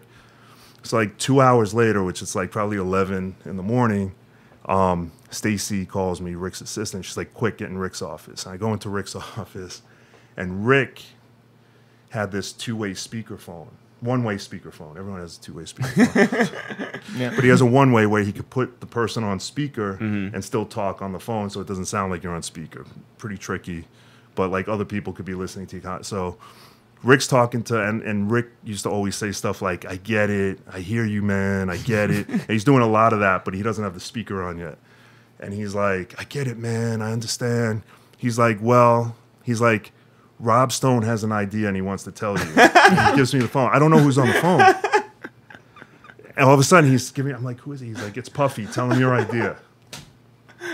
I swear to God, I didn't think through the idea. Like, yeah, you had no idea. Well, I had an idea, but I didn't like. Right, but I'm just saying it's like it's not a fully formed, you know, thought. It's like, But an idea not expressed the right way. Is not a good idea. Right. Do you know what I mean? Like, you have to be able to articulate and say your idea, and I didn't think I had it at the time. So I panicked a little. I have the phone, and I'm like, hello? And at this point, Rick hits the one-way speaker button. So I hear, like, and he was probably in the studio till 4 or 5 in the morning, so I hear, what's up? And it's Puff. And I'm like, I said probably the word. I go, I think you're making a mistake with Machine Gun Funk is the next single. Not a good opening. It's Puffy. And he's winning everything. Yeah, right. I mean, you got right to the point. Yeah. I didn't, You are your father's son. Yeah, exactly. So it's silent. And then I just hear, and there was some debating going on about the single, but he chose that single, and I just hear him raise his intonation, and his energy came up, and he was like, all you motherfuckers think you know what the fuck I should be doing. What you need to be doing is getting my fucking shit played at radio, and don't fucking think about what I need to do. I know what the fuck I need to do. Like the lion came out of him. Yeah. Like the intensity, this is my fucking vision. Don't fuck with it. And I swear to God, I was ready to just be like, oh my God, you're 100% right. You were ready to die. I was ready. I was done. And Rick looks at me and he goes, mouths to me, because he hears him on the ones, fucking tell him. Rick's like, fucking tell him. I'm sitting there and Puff's yelling at me. My boss is like, and I'm young, and I just go, he's yelling. And at some point, I just go, Puff, do you want to yell at me or you want to hear my idea? Yo. And like, gutsy. Yeah.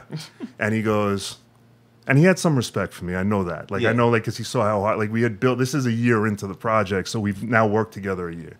And he's like, what's up? I get the what's up again. And I went for it. I just said, look, you came with Juicy, which was rags to riches. And, like, everyone gets the story. The guy was selling drugs. Now he's, like, got a little money, and he's got his deal. You know, he went from negative to positive. It's all good. And then, baby. Yeah. And then Big Papa, now he's the guy in the club. You know, girls I love it when you call me Big Papa. You know, he's got some money. He's dressing a little different. I said, now you're going to Machine Gun Funk. I'm like, it's an incredible record. I'm like, but it's not telling, in my mind, the story of Big. And I'm like, I've gotten to know him. And he was like silent. And I'm like thinking, either he hung up or I'm about to get screamed on again. But, like, he didn't say anything, so I'm like, I'm just going to keep going. So then I'm like, you know, I think the next single should be One More Chance. And his response, and, like, I'm nauseous during this, like, but now I'm, like, kind of into my vision of it. I'm like, should be One More Chance. And he's like, I'll never forget, he's like, One More Chance? He's like, there's nothing but curses on. That's not a radio record. And, like, his intonation went up, but he was a little intrigued. It wasn't attacking. Right. It was just like question. It was like, you know, provoking or like prodding, like trying to like, this. I can't get that. You can't get that record played at radio. I'm like, Puff, you just did the Flavor in Your Ear remix and changed that whole record. I'm like, take Big into the studio, remake the record. I'm like, put Faith, Total, Aaliyah, rest in peace, Madonna, Janet Jackson, put all the beautiful women saying, oh, Biggie, give me one more chance. You're saying this on the phone. I'm saying this on the phone. And again, there's like this silence. And then I just hear him go, oh, shit. He's like, I got that good love girl you didn't know. And he said that line because on the original album, that's, oh, Biggie, give me one more. I'm not going to sing it. But, and then I got that good love girl you didn't know. So he said that, and he's like, oh, shit. And he's like, I'm going to call you back. And he hangs up. And I hand Rick the phone, and Rick's like, what the fuck just happened? He's like, what just happened? Like, he way over his head. I love you, Rick, but if Rick won't even listen to this. But and I just, like, sat in Rick's couch, and I'm like, oh, my God. He's like, what? I'm like, he got it. I'm like, he got what I was saying. And I said, I guarantee he's going to make a remix and probably deliver a remix of One More Chance record. And, like, literally 10 days later, and this is his brilliance, right? Because, like, I gave an idea. Yeah. The remix could have been whatever. Sure. Yeah. But he put the DeBarge sample on it, and he gave the hip-hop remix for the street, and came in with that record, like, 10 days later. It obviously changed the course of radio. It changed the course of everything. And I'm proud that it taught me a big lesson in speaking up. Sure. You know, things could have gone really bad. Yeah. Right? Like, he could have flipped and been like, whatever. But he got it. I spoke up, and the song actually tied for the highest debut on the Hot 100. It tied Scream by Michael Jackson the week earlier. And Janet Jackson. Right, I'm sorry. Yes, I know, right.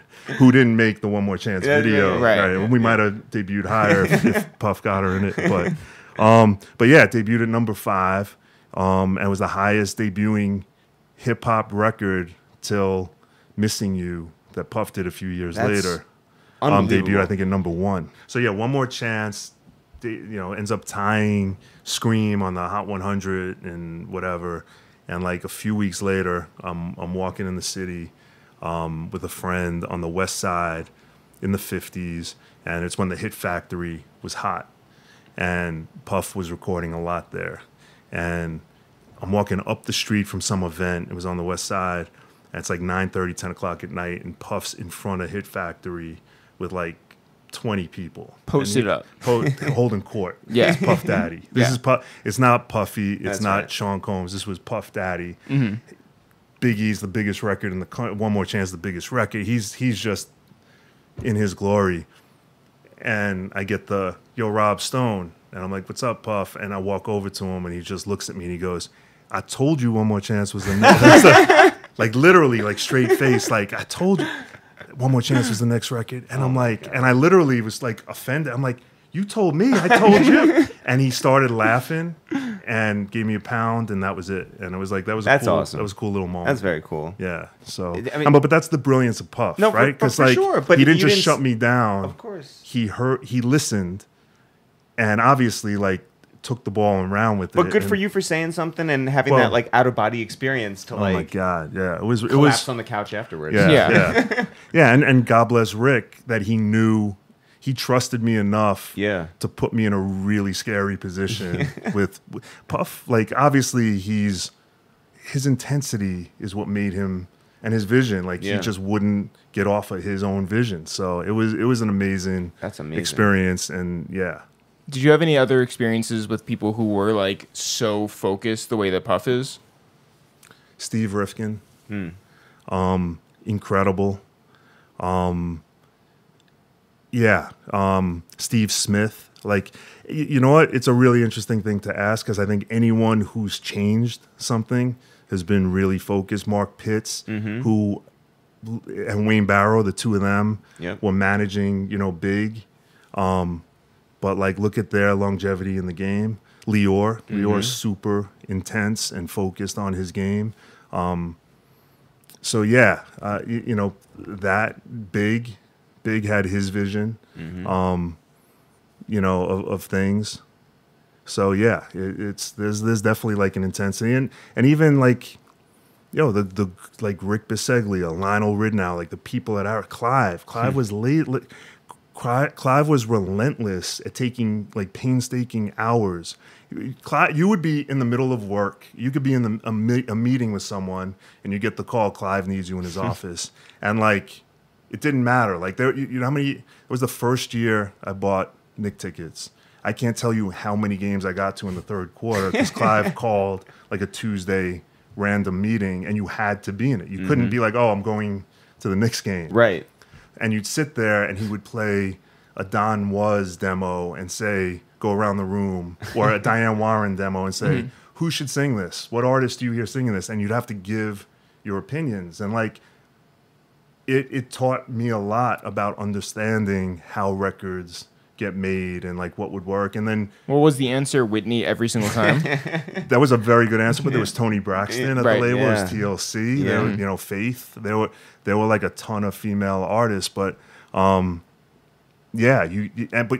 the process was amazing because you would see Clive's mind asking me, who was in charge of crossover, right? Those 30 or 40 really important stations that could get you.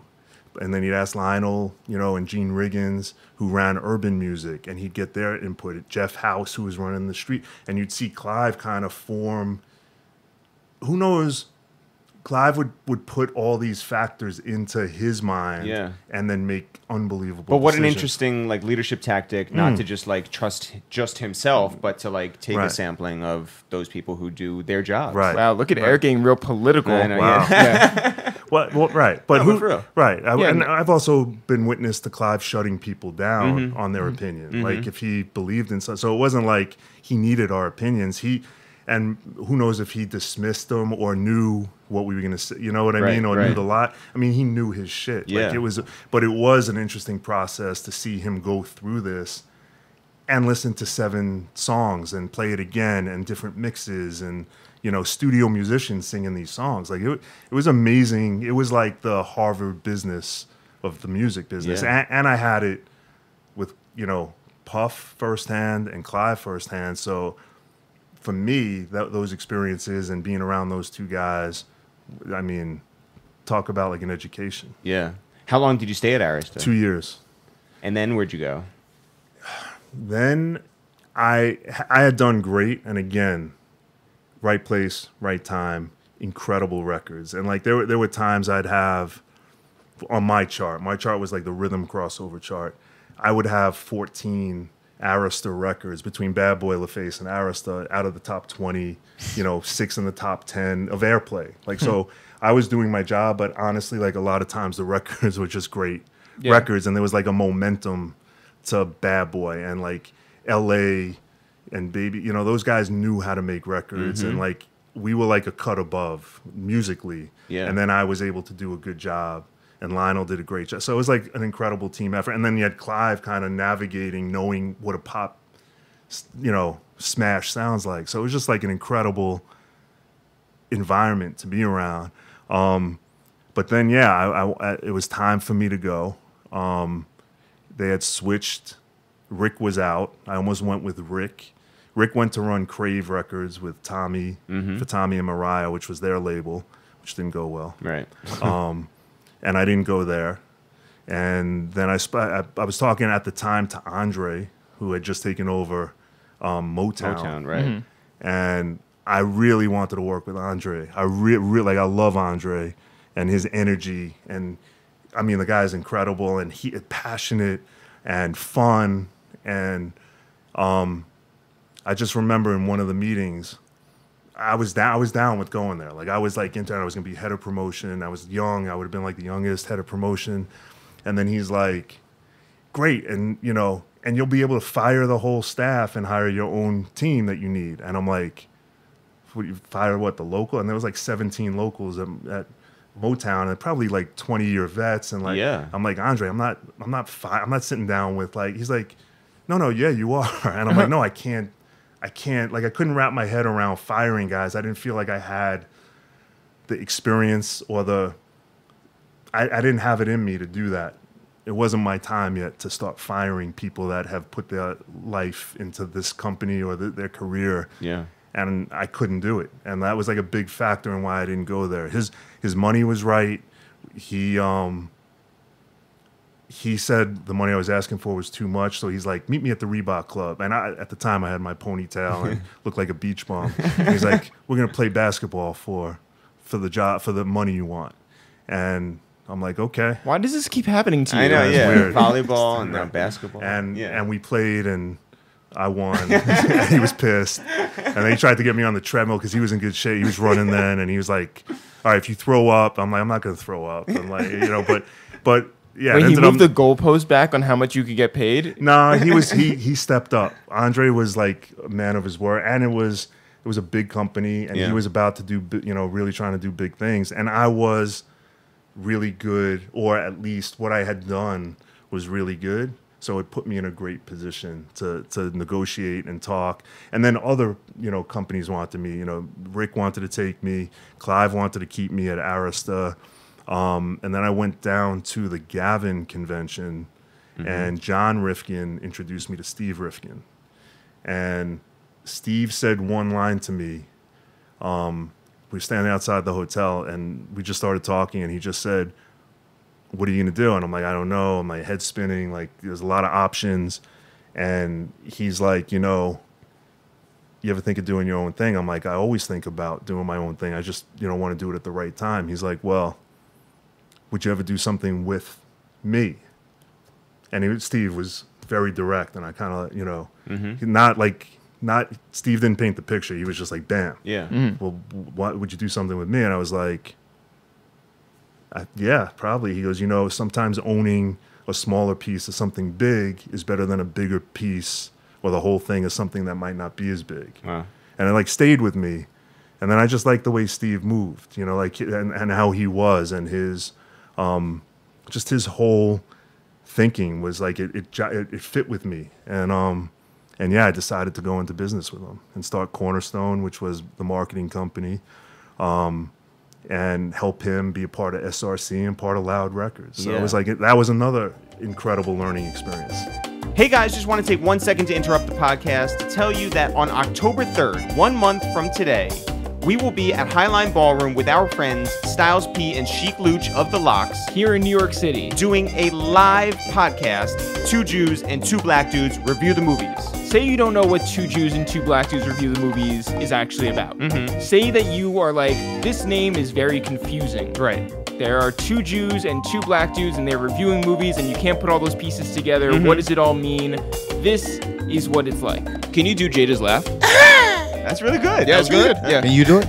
No. God, no. Do it. No. Wait, Do it, hold Jeff. on. Do I it, just Jeff. did it. I did it like a sucker. You do it, Styles. Nah, I told Jeff or either do it. Can How the you fuck do you gonna it? make me do it when I do it? Fuck is wrong with you? I want to do the Jada I'm passing laugh. it to them. You gonna pass it back to me. You want to do the Jada laugh. That was pretty good. That was really good. That was really good. Yeah. Yeah, no, Oh, I look, can't. dude, Terrible. Jeff, you gotta fucking go. No, because I already Everybody did it, Jeff. I already did it. Mine sounds like the Birdman call, like Nah, that ain't you trying to do it though. That ain't you really trying to do it. Now it's like Not bad. That's close. Not Yeah, bad. you do it. By the way, That's Joe Budden has a laugh where he just goes. yeah. It cracks me up every time that I hear it. Wait, what's the Marrow one? Oh, Deezus and Marrow? Yeah, I wish we could punch That it. show kills me, man. Yeah, it's great. Shout out to them, all three of them. Deezus and Marrow. And Buttons. October 3rd, Highline Ballroom here in New York City. Get your tickets right now before they sell out. ItsTheReal.com, ItsTheReal.com. 2 Jews and 2 black dudes review the movies live. And now back to the podcast. Did you have any type of like grand vision for what Cornerstone would be? I knew we were gonna do music marketing, but that was really it. Great side note story. Like the first week I started at Loud and started Cornerstone. Maybe it wasn't the first week, but it was early on. Wu-Tang was coming up to sign their deal. And Rizzo walks by my office and he looked in and I had a chessboard in my office. So it must have caught his eye. Yeah. So like while they're going to sign, he comes back and he's like, "Yo, you play?" And I'm like, "Oh my God, it's Rizzo in my doorway asking me if I play chess." And I'm like, yeah, I play. He's like, "You want a game?" And I'm like, "Okay." So we take the board out, and I'm like, "Don't you have to sign your deal?" He's like, yeah, we'll sign. And we start playing, and Rizzo, when he sat down, he's like, he looks at the board, he's like, kind of mumbled to himself, "Man, I gotta remember how these knights move," or something. So I'm like, "Oh, I got this." Like, he doesn't know how the knight, like, I got this. Yeah. So he starts playing, and I made a move, and I made like 4 or 5 moves in. Like I was a decent chess player at the time. I made a questionable move that I would only do against somebody who wouldn't know how their knights really, like, you know. Yeah. And he was totally playing me. Yeah. And he hustled you? he demolished me. It was like, I knew it the second I made the move and he did his move, and he knew it. It was kind of like this look of like, and I'm just sitting there, I'm like, he just, fuck. Yeah. He's like, And- "You're going to promote my records." No, but and he beat me, and it was, yeah. What did you learn at Loud Records? Because I mean, Steve is the father of the street team. Yeah. And what did you learn about marketing? The streets don't lie, which Steve, I believe, canned that term. But I mean, Steve, the greats have vision, and I remember Steve having like serious conviction about what he believed in, even if it didn't make sense. And like most great things, no, most great things don't make sense. Like, in recent times, now that I've had the FADER and Cornerstone, I've become close with Pharrell.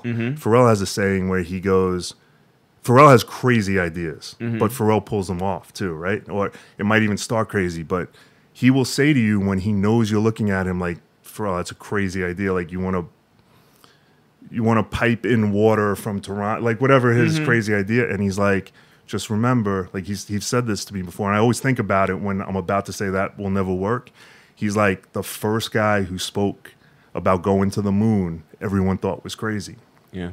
And then at some point we went to the moon. So it's not crazy. Right. Like, it's just not. So Steve had like this, look, Steve grew up around Julie Rifkind and his uncle.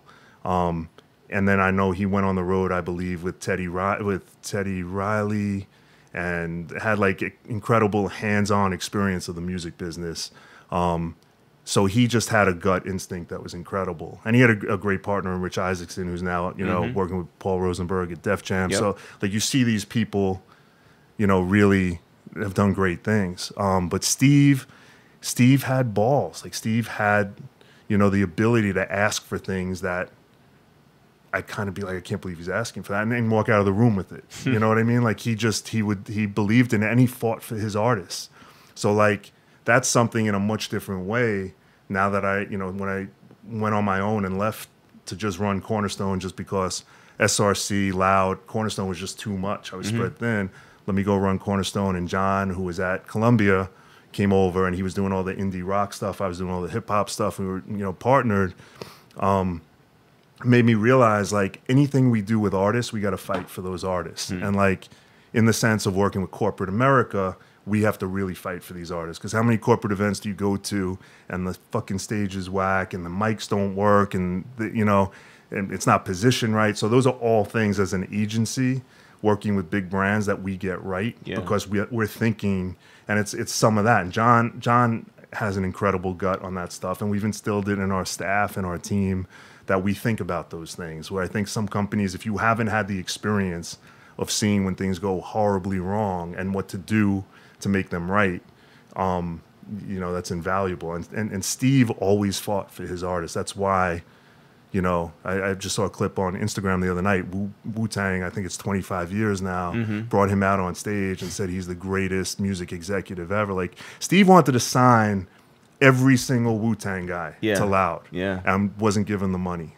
And fought for it and threw a chair through the window at PMG. Like, true story. Yeah. He wanted to sign. He wanted to give RZA whatever RZA needed because he understood how special that moment was. Yeah. And corporate music business, whoever he had to get that unlocked from, wouldn't unlock it for him. And so everybody went to Def Jam. Right. When you were starting up, you're gonna say I have to leave. Yeah, I gotta go. This has been fun. But your story's over. When Cornerstone is starting up, your mission is to bring brands and the music together in a way that has not really been done before. And so, like, how do you go about doing that? And also, like, I saw you were on Frontline very early on, for you guys, not for Frontline. Frontline has been around forever. Yeah. But you guys were on there, and you were talking about how Cornerstone, they made a big deal about how you guys would go into, like, chat rooms and, like, that come up was with, the bullshit part of the story. We didn't like that part of the story, which wasn't true, which they sensationalized that, or... That you guys would just, like, drum up. Act as another fan of something. And it was garbage type reporting. The rest of the piece was, I thought, pretty interesting. At least our parts. I think the other agencies were like the cool hunting, like studying, like observe, like shit. We were in the clubs. We were hanging with the artists. Like, we were part of this culture, and appreciated it. We weren't looking, just to capitalize and monetize it. Like, yes, that was part of it, but there was a part of me that was like, this makes sense. Like, this is a natural progression. And the music industry was starting to go through a really hard time. So artists they were getting suffocated a little. And if you're beholden to the big labels, then they're kind of forcing these younger artists to make records that maybe they shouldn't make. So I'm looking at it like, and this is the crazy thing. I'm on a plane. At the time, when I started Cornerstone, we strictly did radio promotion. I did it on the hip-hop side with mix shows. I had this incredible kid, Lee Harrison, who was helping me and working with me, and we'd call DJs and get records played. I was calling the program directors, and we would help labels and managers get their artists played at radio. Jon would do that on the indie side. And then we started this thing called the Cornerstone Mixtape, which is kind of legendary, and kinda. Yeah. But yeah, we've made over 200 of them, and it was just for us. We're like, we're working records, and we would say no. There were indies that were working records for less money, and working like 30 records. So their win ratio was low because there's only 40 slots really on a radio station. So I'm like, let me be selective and charge a lot, 4 or 5 times what these guys are charging. And I'll start telling presidents of labels, no, like, I'm not working that record. I don't think I could help you. Yeah. Good luck, And it made me more desirable. And I got to select. So, like, everything was in my benefit because I got to pick the records I wanted to work. Plus, Puff put me on everything. LA put me on everything. So I was winning. Interscope had me on records. Like, I had a momentum starting the business.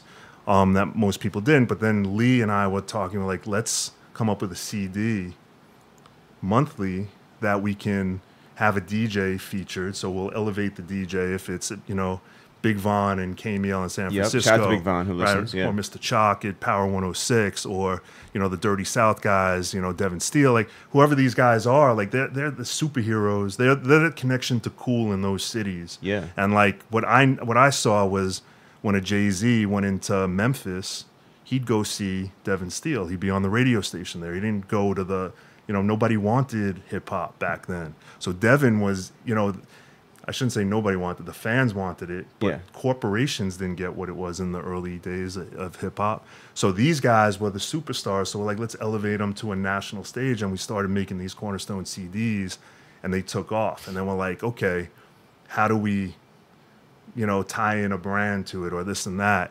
And how did you tie brands in? I had friends at Mecca Clothing. Shout out to Mecca USA. And I was like, look, make up some shirts for us, and we'll dress the DJ in the photo shoot, and we'll put a strip advertising Mecca, you know, or whatever on the CD, and we'll give you shout outs on the CD and give us a few grand to make this thing. So we did that. Then we went to XXL magazine, and we're like, we'll give you some CDs to give to your clients. Like, you know, we were building this cool thing. We'll get DJs to shout you out on the radio, talk about your covers. We were just like figuring it out. We were making it up as we went. And you were building up to a point where you would get like a Sprite or like somebody else to come in? Exactly. Okay. So the way Sprite happened, I'm on a plane coming home from somewhere, and I sit down on the plane, and there's a magazine that was left in the seat in front of me, and I pull it out, and it's like Ad Week or Ad Age, and it's this article on this young guy, Lyor Cohen, and he's in a suit, and he's looking sharp, and he works at Coca-Cola, and it credited him with taking Sprite in the Coca-Cola system from nowhere to like the #2 beverage behind Coca-Cola in like 12 months. Like it was like, and he's marketer of the year. So I'm like, oh my God, like this guy, like the Sprite commercials, like I love those commercials. Yeah, you know, like same. In the early, like, so yeah, I'm the like, one with like Missy and Busta. even before that, okay. like the Nas and Pete Rock, like this was like this guy tapped into culture. And there's a legend story about him that he was in the big suits meeting at the big table at Coca-Cola in Atlanta, and he was running Sprite, this brand that meant nothing to them. Just because it was like, it wasn't connected to anything. It was just a brand they had. It was one of their 40, 50 brands, and it was probably in the lower half of success, you know, sales rate. And the story goes, the legend goes that, and he was a young marketer, and he stood up in front of the room, he had his business card in front of 25 suits, you know, at the company, and it was his business card, and he said, turn over. He's like, we're gonna make this brand exciting by doing one thing and doing it well. And then everyone's like, okay. He's like, turn over the card, and on the back of the card it just said hip hop. Wow. And then he presented the culture to them, and he was from Detroit, like brilliant mind, and you'll see from my story what he did for me early in my career. But so I read this article, I'm like, oh my God, like I have to call this guy. So I called him. Cold call. Hey, Coca-Cola, Atlanta, Lyor Cohen. Who's calling? Rob Stone. Doesn't return my call. We had just started doing the CDs. Called him probably 3 or 4 more times. It's like you're right back in the office, like making those. Yeah. It's Virgil, but like realizing like I'm not. He's not. He's busy. He's not. It's not me. Right. Like he doesn't. He's not taking my call. It's not like I hate this guy. He doesn't know me. Right. So I put him on the mailing list for the CDs. And probably like by the second or third CD, the phone rings. I'm like, Rob Stone. He's like, dude, you're onto something. And I'm like, who's this? And at that point, we were Mecca was on it. We were now putting T-shirts in the package. The magazine was shipping with the CD. Like we had this whole thing going for our influencers. And I had sent him packages. He's like, dude, I don't know much about this, but whatever this Cornerstone CD, this mixtape is, you're onto something. Wow. And I'm like, who's this? And he's like, Lyor Cohen from Coca-Cola. And I'm like, oh my God, I'm calling you. He's like, I know. He's like, tell me what you do. Tell me what this is. And I had I'm a music industry guy, and I'm just like, it's the CD, and we send it out to, we get all these great records from the labels. We put a hot DJ from wherever, on the CD. Then we ship it out around the country. Everybody's curious to hear how the DJ's flipping the records and playing. And it's helping us get music out there. And very quiet in a different way than Puffy was. And he's like taking it in. And I went into this whole thing. And I'm like, we have these DJs around the country. And he's asking a few questions. I'm like, yeah, 500 DJs. We try to talk to them all. But this has become really important to them, or becoming important. We tied Mecca in. And he's like, what's your point of difference? And I'm like, I wasn't a marketing guy. And I'm like, what do you mean? He's like, well, what makes you different than other agencies? And I'm like thinking to myself, we're not an agency. What are you talking? We're a marketing company. And he's like, look, if you're going to do business with Coca-Cola, you need to have a point of difference and you need to articulate it the right way. He's like, you don't just have 500 DJs around the country that you talk to. He's like, you have the ear of 500 conduits to the masses. Wow. Is that what you then told him and then he gave you money? Someone else. Yeah. So, but literally, I remember the moment I have the piece of paper, I start taking notes. Like this guy's like dropping some serious, like this became the foundation of our business at the time. And he's like, well, you have a 500 conduits to the masses. They're the voice boxes to reach today's consumer in the most authentic way. And then he's like, and your point of difference, and I have a page of notes from him. And he's like, look, he's like, they moved me off Sprite. He's like, I'm handling Coca-Cola now. And of course, like my mind goes like, Coca-Cola is bigger than Sprite. Yeah, like, what? I'm like, but he's like, what you're doing is not right for Coke. He like knew right away. He's like, but there's a young brand director on Sprite, and his name's Rohan Oza, which you might know or might not know. Rohan's super successful today, but Rohan was like the young in charge of Sprite, took over Sprite for Daryl, and he's like, I'm gonna put you in touch with him, and he's like, he's like, talk to him and let me know how it goes. He said if he doesn't hire you off the record, my friend runs Mountain Dew for Pepsi. This is like greatest guy. This is like first conversation. He loved what we were doing. Yeah. He's like, he'll hire you. Holy shit. So I call Rohan and we connect and we're talking. And I just remember Rohan's he was pretty arrogant back then, but in a good, super bright. And like it's gone on, like he was one of the brilliant minds behind Vitamin Water and the 50 Cent deal. Yeah. And like he really put those things together. And you've worked with him like a bunch over the years then. Yeah. So we've remained friends. I was just with him recently, and he's gone on to do like amazing things for brands, from Bai, the drink Bai, to like Kensington's. Like he's involved in so much shit. I can't keep up with him, and he's amazing. He's on Shark Tank now. By the way, I saw a commercial for the first time today. Justin Timberlake's involved with Buy Now.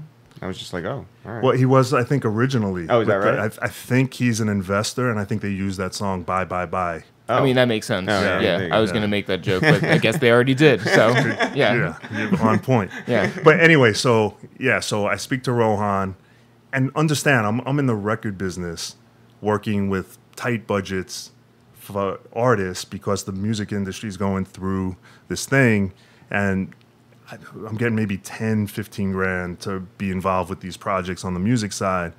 And Rohan's like, tell me what you do. And I like start telling him we got this network of DJs, conduits to the masses. We can help get your word out. Like everything he just just like. But that's what Daryl does great. He can textualize it and he put it in like digestible form for corporate America. Yeah, for you to reuse. Yeah, he did. Yeah, exactly. Yeah. So, long story short, Rohan's like, interesting. All right. We have this 5 Deadly Women campaign. I only have 50 grand for you. Does that work? And I was like, yes. Yeah. I think I might have paused a little longer and said, that's all you have is right. I kind of played it. And I'm like, Steve Rifkind shit. Right. Yeah. Rohan hired us and we hit it off and we did great work for him. And he went on to Powerade and other things and Vitamin Water. But yeah, that's kind of how we got into the corporate thing. And the light bulb went off realizing like, this can be a great resource for brands, for artists and for the music. And like artists can really help push brands if they're passionate. And honestly, I think we do it right because we understand like what the artist is about. And I think a lot of brands do it wrong and have continued to do it wrong. And we've seen brands shit the bed on that stuff. So. But have you ever... Because that's like a tricky line to sort of like, navigate, right? Like, because sometimes it can be like, well, the brand is getting more out of this than the artist, right? So how do you play that? I've seen it evolve, by the way. Like in the 90s, the checks weren't what the checks are now for corporate America. Like I know there are artists that won't have conversations unless it's 7 figures, and they're right. Like if you're going to make someone 50X or 50, $100 million because of what you've built, and that's your persona. That's all you got. Like you're an artist. That's what you have, and you're gonna put that next to a brand to let the brand shine. How could they tell you you're only worth $500,000 or $1 million? Like the artist should get paid an exorbitant, like not even exorbitant, a fair amount of money, right? Like, especially when there are festivals, and we know what Drake and Kendrick, get paid for 1 hour on a stage now. So if they're going to tie themselves up for a year to a brand, they better love that brand. It better be part of their life, and they better get paid. And they're going to make money for that. If it's done right, that brand is going to win big time. So how does Cornerstone, a promotions and marketing company, turn into half of that company and half a print magazine? Cornerstone I started in June of '96 when I left Arista. We started the FADER a few years later, and it was me and Lee sitting around, Lee Harrison, and we were talking about this idea. It was at the time there was like this internet boom going on in the like late '90s, where all like UBO and some other websites were getting big money to create like this content machine. No one knew what was going on, and we're like, we should do something in that space. And we were going to start, the fader.com as like a DJ only website for like DJs to check in, and then we ended up going, how are we going to promote this thing? Well, let's print something. What are we going to print?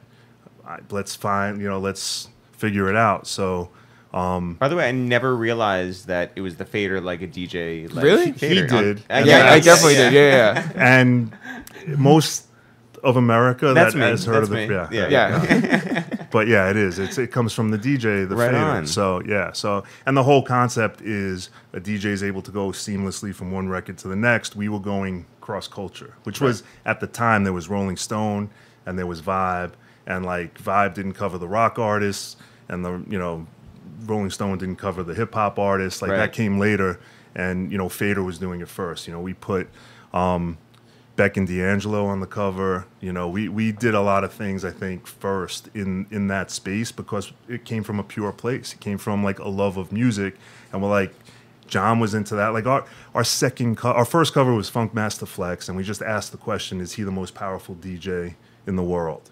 Spoiler alert. He was, and he was like, yeah, he was. Especially in the hip hop space. What was it like getting him for the first issue? He gave us 5 minutes. A friend of mine introduced me to Jonathan Mannion, who was Shout out to John Mannion. That's right, young photographer at the time, who on a handshake was like, yeah, I told him the concept. He's like, yeah, I'll go shoot him. He literally shot him on. We talked about this magazine for like months. I remember this is years after I had met Dave Mays, and we used to play ball at Basketball City, and like I pitched the idea to Dave, who had the source, and Dave was like, a magazine for DJs? That's not gonna work. So I was like, oh, okay. Like, I'll shut up. Like he knows this. Like, right. So we talked about it for months after that. Lee was passionate about it. John's like, we should probably do it. And then at one point I was just like, let's stop fucking talking about it. And it was like a Thursday. I'm like, if we don't have it made by Sunday, never talk about it again. Wow. Like, it was just like one of those things, like enough. Like, and I called Mannion. I'm like, I heard you're a great photographer. Here's the vision. Would you shoot it for us? We got Flex to agree to do it tomorrow at like 4:00. And he literally shot him out on the street in front of his studio. And it was filmed then. It wasn't, digital. As the film was coming out of the camera, his assistant was throwing him up to like the 3rd floor to develop the pictures to make our deadlines of like getting this thing printed. And then he shot the next 4 covers. And the next cover was when it was like our moment where we realized something special is going on. We got Milk Studios as a favor. So we shot the cover in Milk Studios, and we had this incredible girl who worked with us, Sarah Newkirk, who's now like running William Morris Entertainment. She's amazing and was amazing back then. And I got, like, my passion was, I had worked with DJ Premier and Guru and Gangstar. So I'm like, I could get Premier for the cover. Let's just get the best artist we can get. And then, I think through Mike Kaiser, I got Run from Run DMC. And then John and Sarah got Zach from Rage Against the Machine, who at the time was like anti-establishment. He was the shit. Yeah. And that music still stands the test of time. For so sure. ahead of his time, like Rage Against the Machine. Shout out to Zach. But we put the 3 of them on the cover. We did the shoot. We didn't know what to expect. Mannion shot it. He's like, yeah, I'll do that handshake. Yeah, no problem. I love shooting. I'll shoot it. We didn't know what we were doing at the time, And then by that time, I had brought Jeff Staple of Staple Design. I gave him office space because we had like 8,000 square feet, and we had this room that was all windows that nobody was in, and it was like depressing. I had to walk to my office every day, and it was like a dark room, and we called it the fishbowl. So I'm like, I met him somewhere, or Lee introduced us, and I'm like, why don't you just take the office? And he brought like 5 kids in there, and all of a sudden, like, shit's up on the wall, and like, you know, he's explaining design to me, and it was eye-opening. It was like amazing. And so he's designing the issue, but Lee, I'm sorry, Mannion shot it. I just remember that feeling. Actually, Jon had to miss the shoot because his wife gave birth to his son that day. So Jon wasn't there. Yes, congratulations. Hey, Kevin Cohen, we see you. Bard College. So Jon wasn't there for it. And I just remember when, like, Premier walked in, it was cool because I knew him. And I was just excited. You know, when Run walked in, this is the guy who got me through my cancer. And I had other times I met him, but I just remember being like, I'm in the presence of, like, greatness. Like, Premier and Run, and then Zach walked in, and like, you never know how artists are going to be, but there was like an instant, like, I remember Run was a little suspicious of it. Premier, trust me. Run, I don't know if Run knew what he was doing there, like, honestly, but then they just sat on the couch, the 3 of them, before, as we were setting up the shoot, and they were going to do the interview that day too, and all of a sudden you could just see they were like getting along, and there was like kind of magic happening. And then we're doing the shoot, and I'm like calling Jon and being like, "It's fucking incredible! I can't believe we have Run, Zach, from it. Like, this is insane! Like, what? Like, this thing doesn't exist. Like, we printed 10,000 copies of the first one and handed them out. Like, this doesn't happen." I hang up with Jon, and the door swings open to our studio, and next door they were shooting a cover for like some big magazine, like a major pop magazine. And it was Mariah Carey looked in to see what was going on in our space. And I was like, it was just like a moment, you know? So I'm like, holy shit, we're like... You're like, I almost worked at Crave Records. Right, exactly. So that was like incredible. And then the cover came out, the story came out, and we came up, I think it might have been Lee, but we were riffing on it, and we ended up calling it the 3 Kings. Wow. Which was just like, it was a powerful statement at that time, because they really were... You had the king of rock in Run. You had Premier, who was the king of beats, and you had, you know, the king of rage. Like, this guy was like anti-establishment. It was so important in a sense, and like the cover's amazing. But I knew it was big when Premier and Zach hit it off so well that they ended up going on tour together.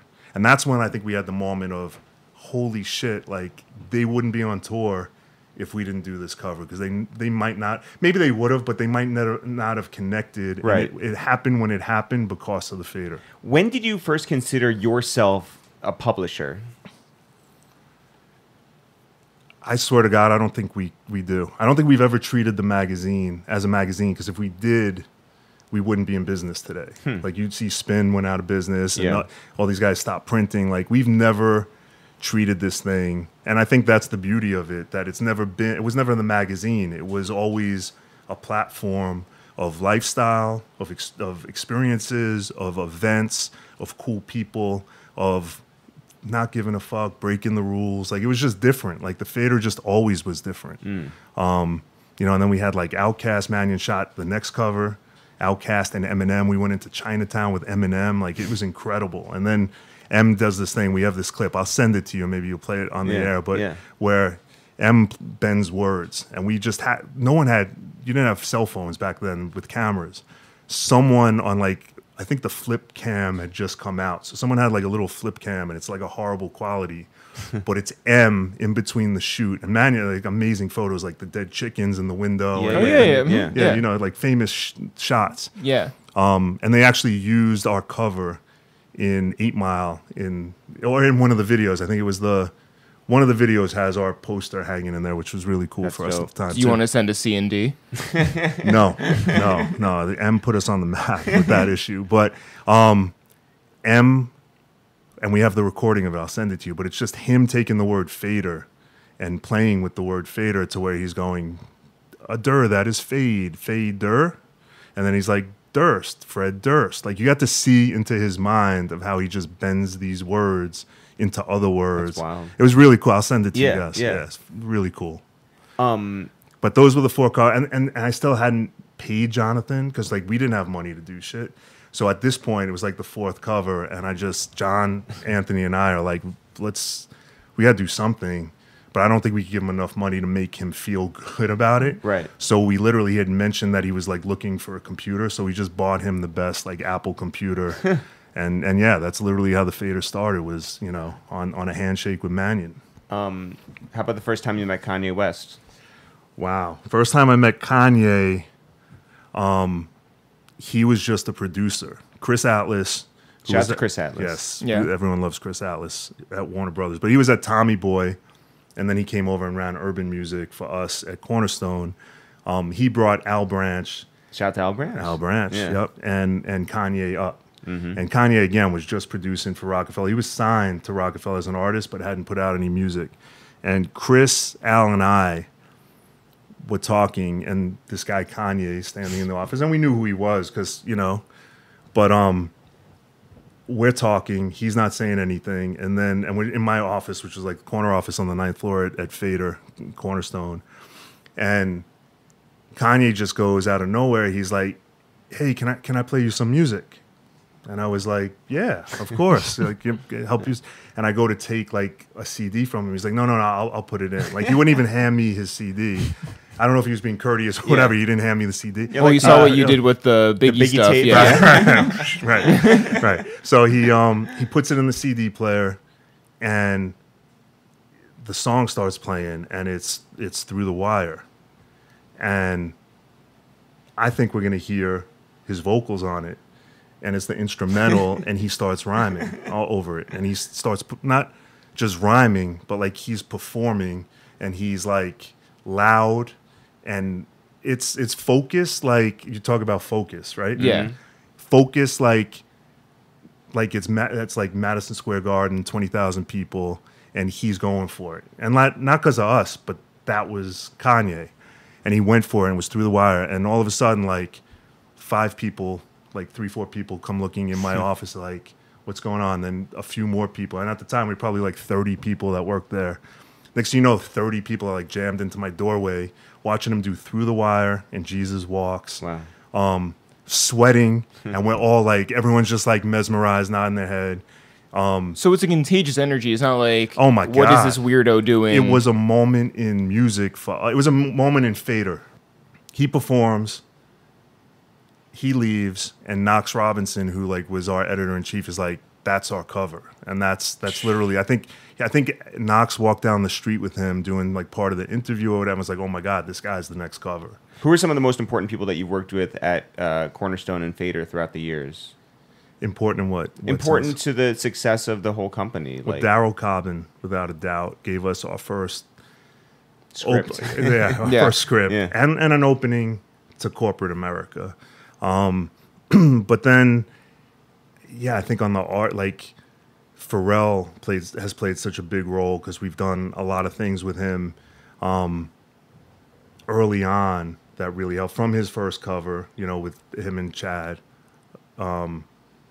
So yeah, I think Pharrell, and like, again, the advantage of an agency, you know, that works with like corporations, being around artists, you think different. We never got stuck in this rut of like how to do stuff the MBA, you know, business way. Like we did it from the culture way, and we're connected to the culture.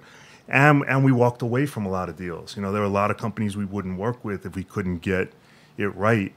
And that was a power, you know, to be able to have something FADER that was so pure and honest, and we didn't fuck with the editorial and let our editorial staff determine it and not be beholden to like brands paying for stuff and having to, you know, like that was just pure, and it's always been that way.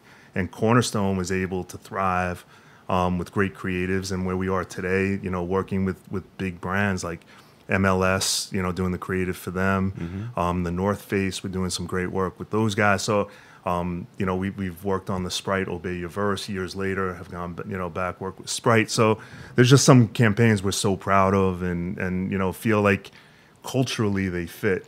Converse was like an incredible client where we built a recording studio. Yeah. You know, we had over 1,000 bands record for free in a studio. Jeff Cottrell, who was the CMO, had the vision, and let us execute it. And he took money out of his print and TV budget and said, I'm going to fund a community service studio that artists can apply to and get a top. Was that Rubber Tracks? Rubber Tracks Yeah. in Brooklyn. Yeah. So, I mean, and it got to the point where like major artists wanted to record there. sure. So we had Bono come in, and we had Questlove, doing music, and Mobb Deep. I remember walking in one day and Havoc and Prodigy went in there, like working on something. Like it became this incredible community, and it was an idea, and it was just you plant the seed, you water it, and you don't try to cheat. You just let you let the artist drive it. Yeah, and it was huge for Converse. It was huge credibility for Converse. Who were some of the most impactful hires that you made over at FADER through the years?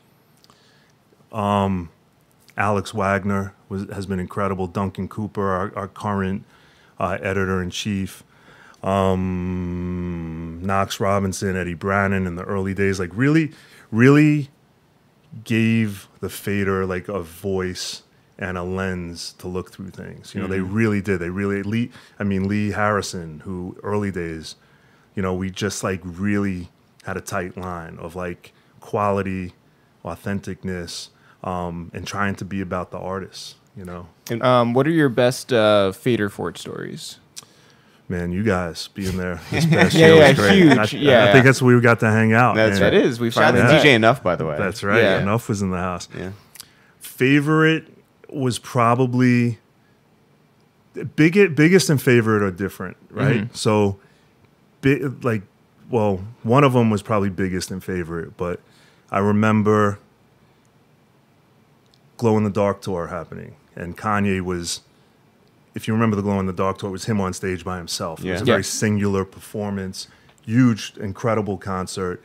He had just done all of that, and through Chris Atlas and Al Branch, we were able to convince Kanye to come down to FADER Fort in Austin.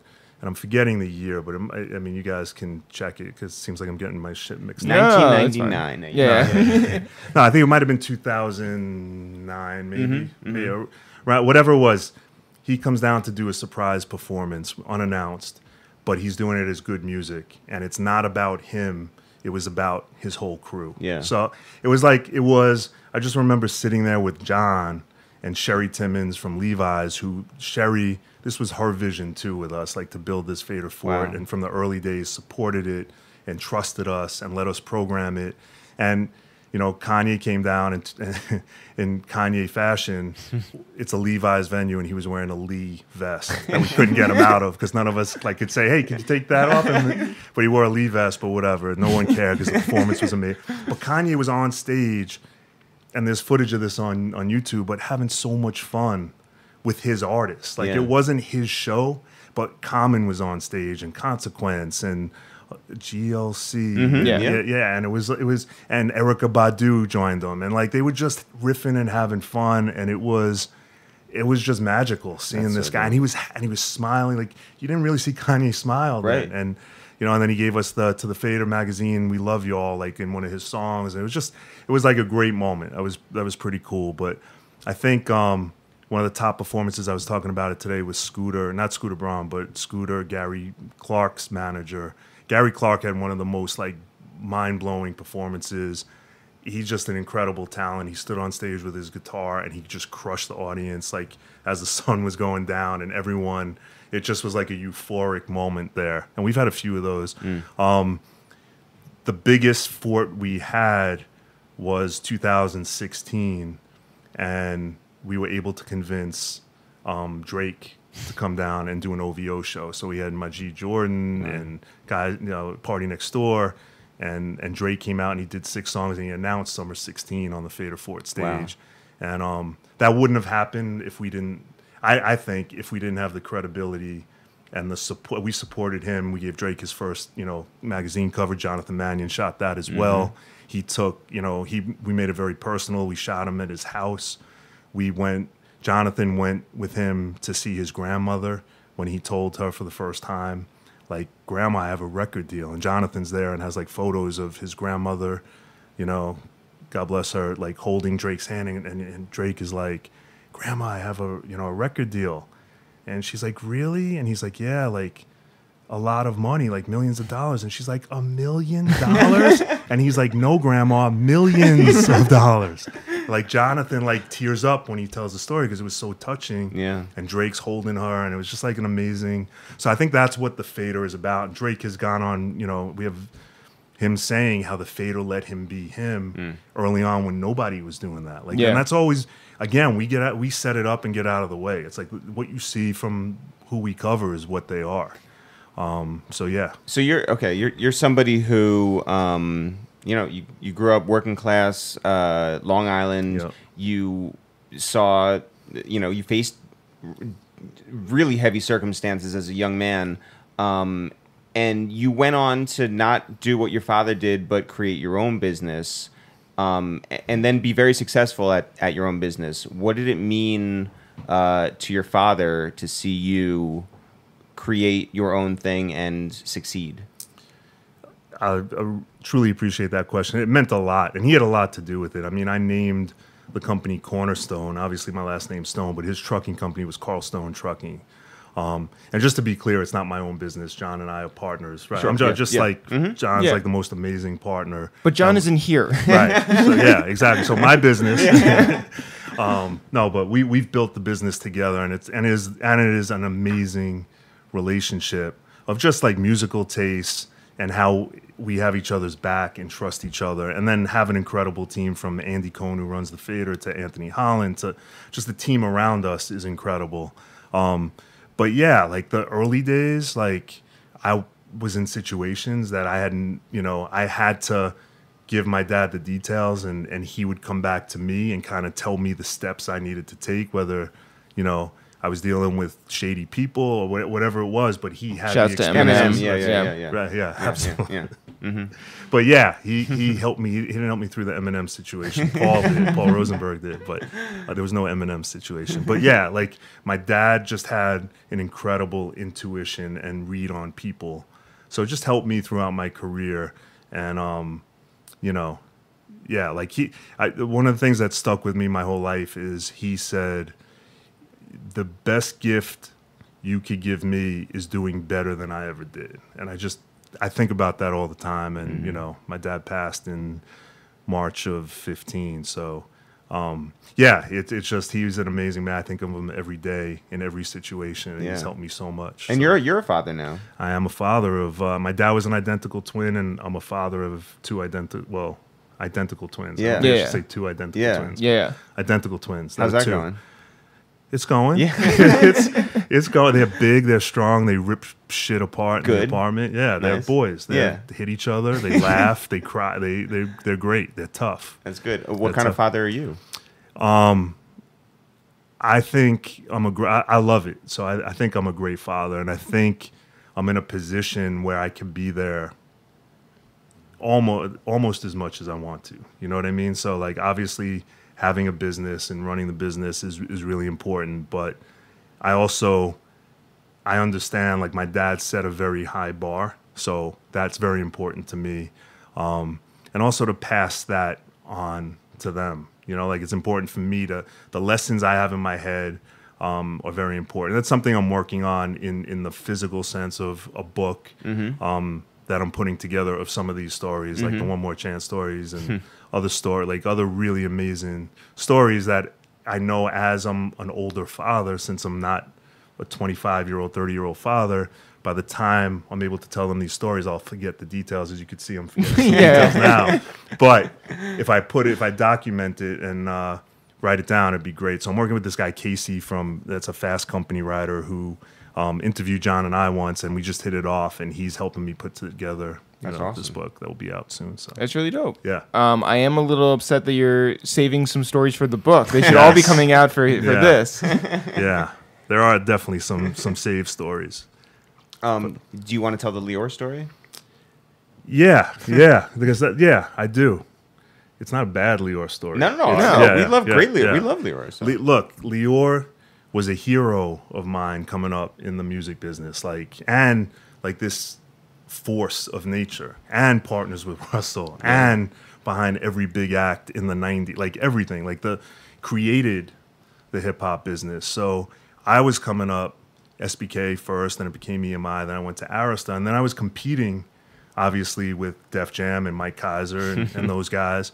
And I got to know Lyor, but very surface, like not very deep. I didn't know how much he knew of me. I knew everything about him, obviously. Right, you guys weren't going to Cafe Clooney, like, you know, just like kibitzing. Yeah. No, like if he said hello to me, that was like, it was monumental. Yeah. You know, like, hey, like even like a head nod somewhere. Like I was like, oh my God, it was like Lyor said hello to me. So when I started Cornerstone, one of the first things I did was there's the Magic Show in Vegas. And I went to the Magic Show, which is really interesting because when you work for labels, everything's paid for, you know, your flights, your business travel.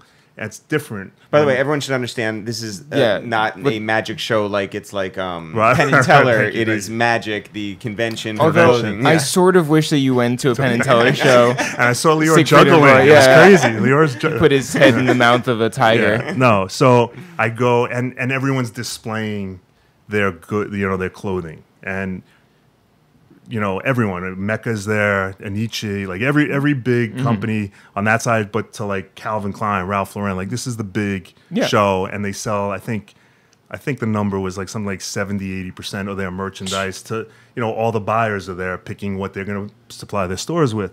So I'm near the Fat Farm booth, and Fat Farm was hot, and Russell had this huge booth, like amazing, and I'm walking by it. I'm just like, wow, this is so cool. Like Fat Farm, like this is Russell Simmons. And I had met Russell a couple of times, but I remember Lyor was there and he's talking to Russell, and out of nowhere he's like, Rob Stone. And I'm like, holy shit, Lyor, like no, like he know, like okay. Yeah. And he's like, I need to talk to you. And I'm like, oh my God, this is like, I have Cornerstone, I'm working with labels, I'm working with Puffy, I'm working with L.A. Reid, you know, I'm working And with now Interscope. Lior's going to murder you. Well, now I'm thinking, okay, Lyor wants to sit down and like I'm doing good work. He heard like what I'm doing. He saw what I did at Arista. Like, okay, like he's gonna sit down. He wants to like bring me in to start working Def Jam Records. This is great.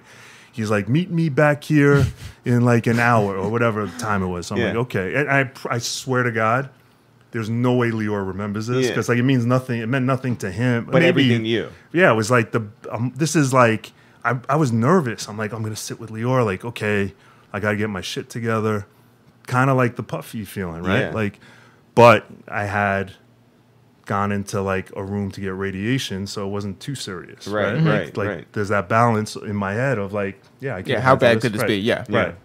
It was bad.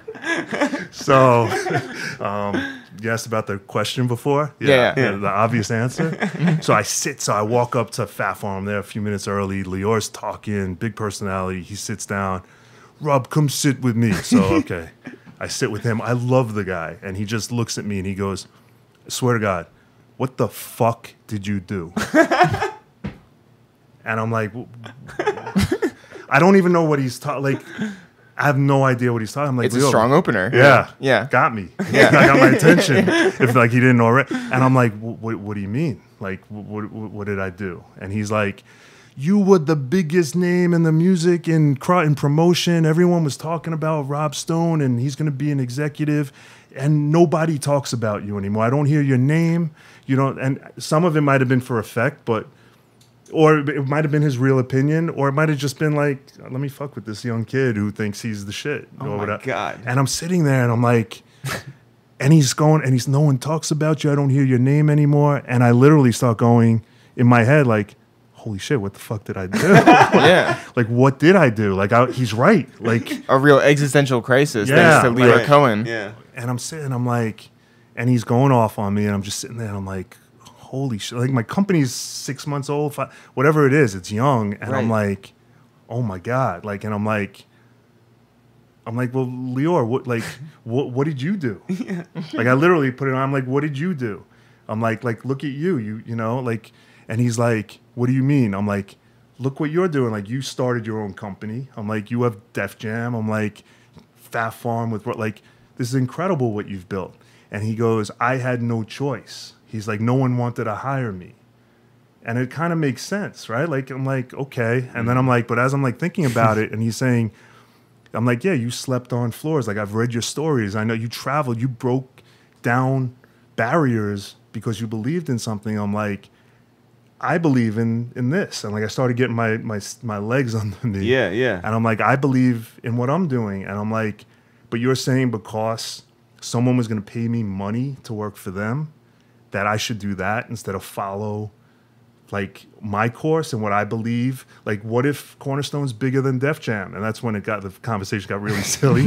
But I was like, seriously, what happens if I build something that's bigger than Def Jam? Which, you know, and he kind of didn't have a good answer for it, but he left it with like, you made a mistake type of vibe. Wow. Like, and it wasn't rude. I think part of it, like Lyor, mentors and like and speaks his mind. There's no question about that. And saw all of it, and I think he really did see for me that I could have been like a leading executive in the music business. I think that was an honest read that he was giving me. Like me and Drew have this thing we call breakdowns, and it's like, no hard feelings. I'm about to give you a breakdown because I saw you do this, and and we'll go in and break each other. Like, but it's healthy, right? Like, it's like no hard feelings, but we'll give the breakdown. Like, Lyor gave me a genuine breakdown, I think, which I promise you he probably didn't think of 2 minutes later. Right. But I've thought of it for 20 plus years because it's motivated me. And look, Lyor,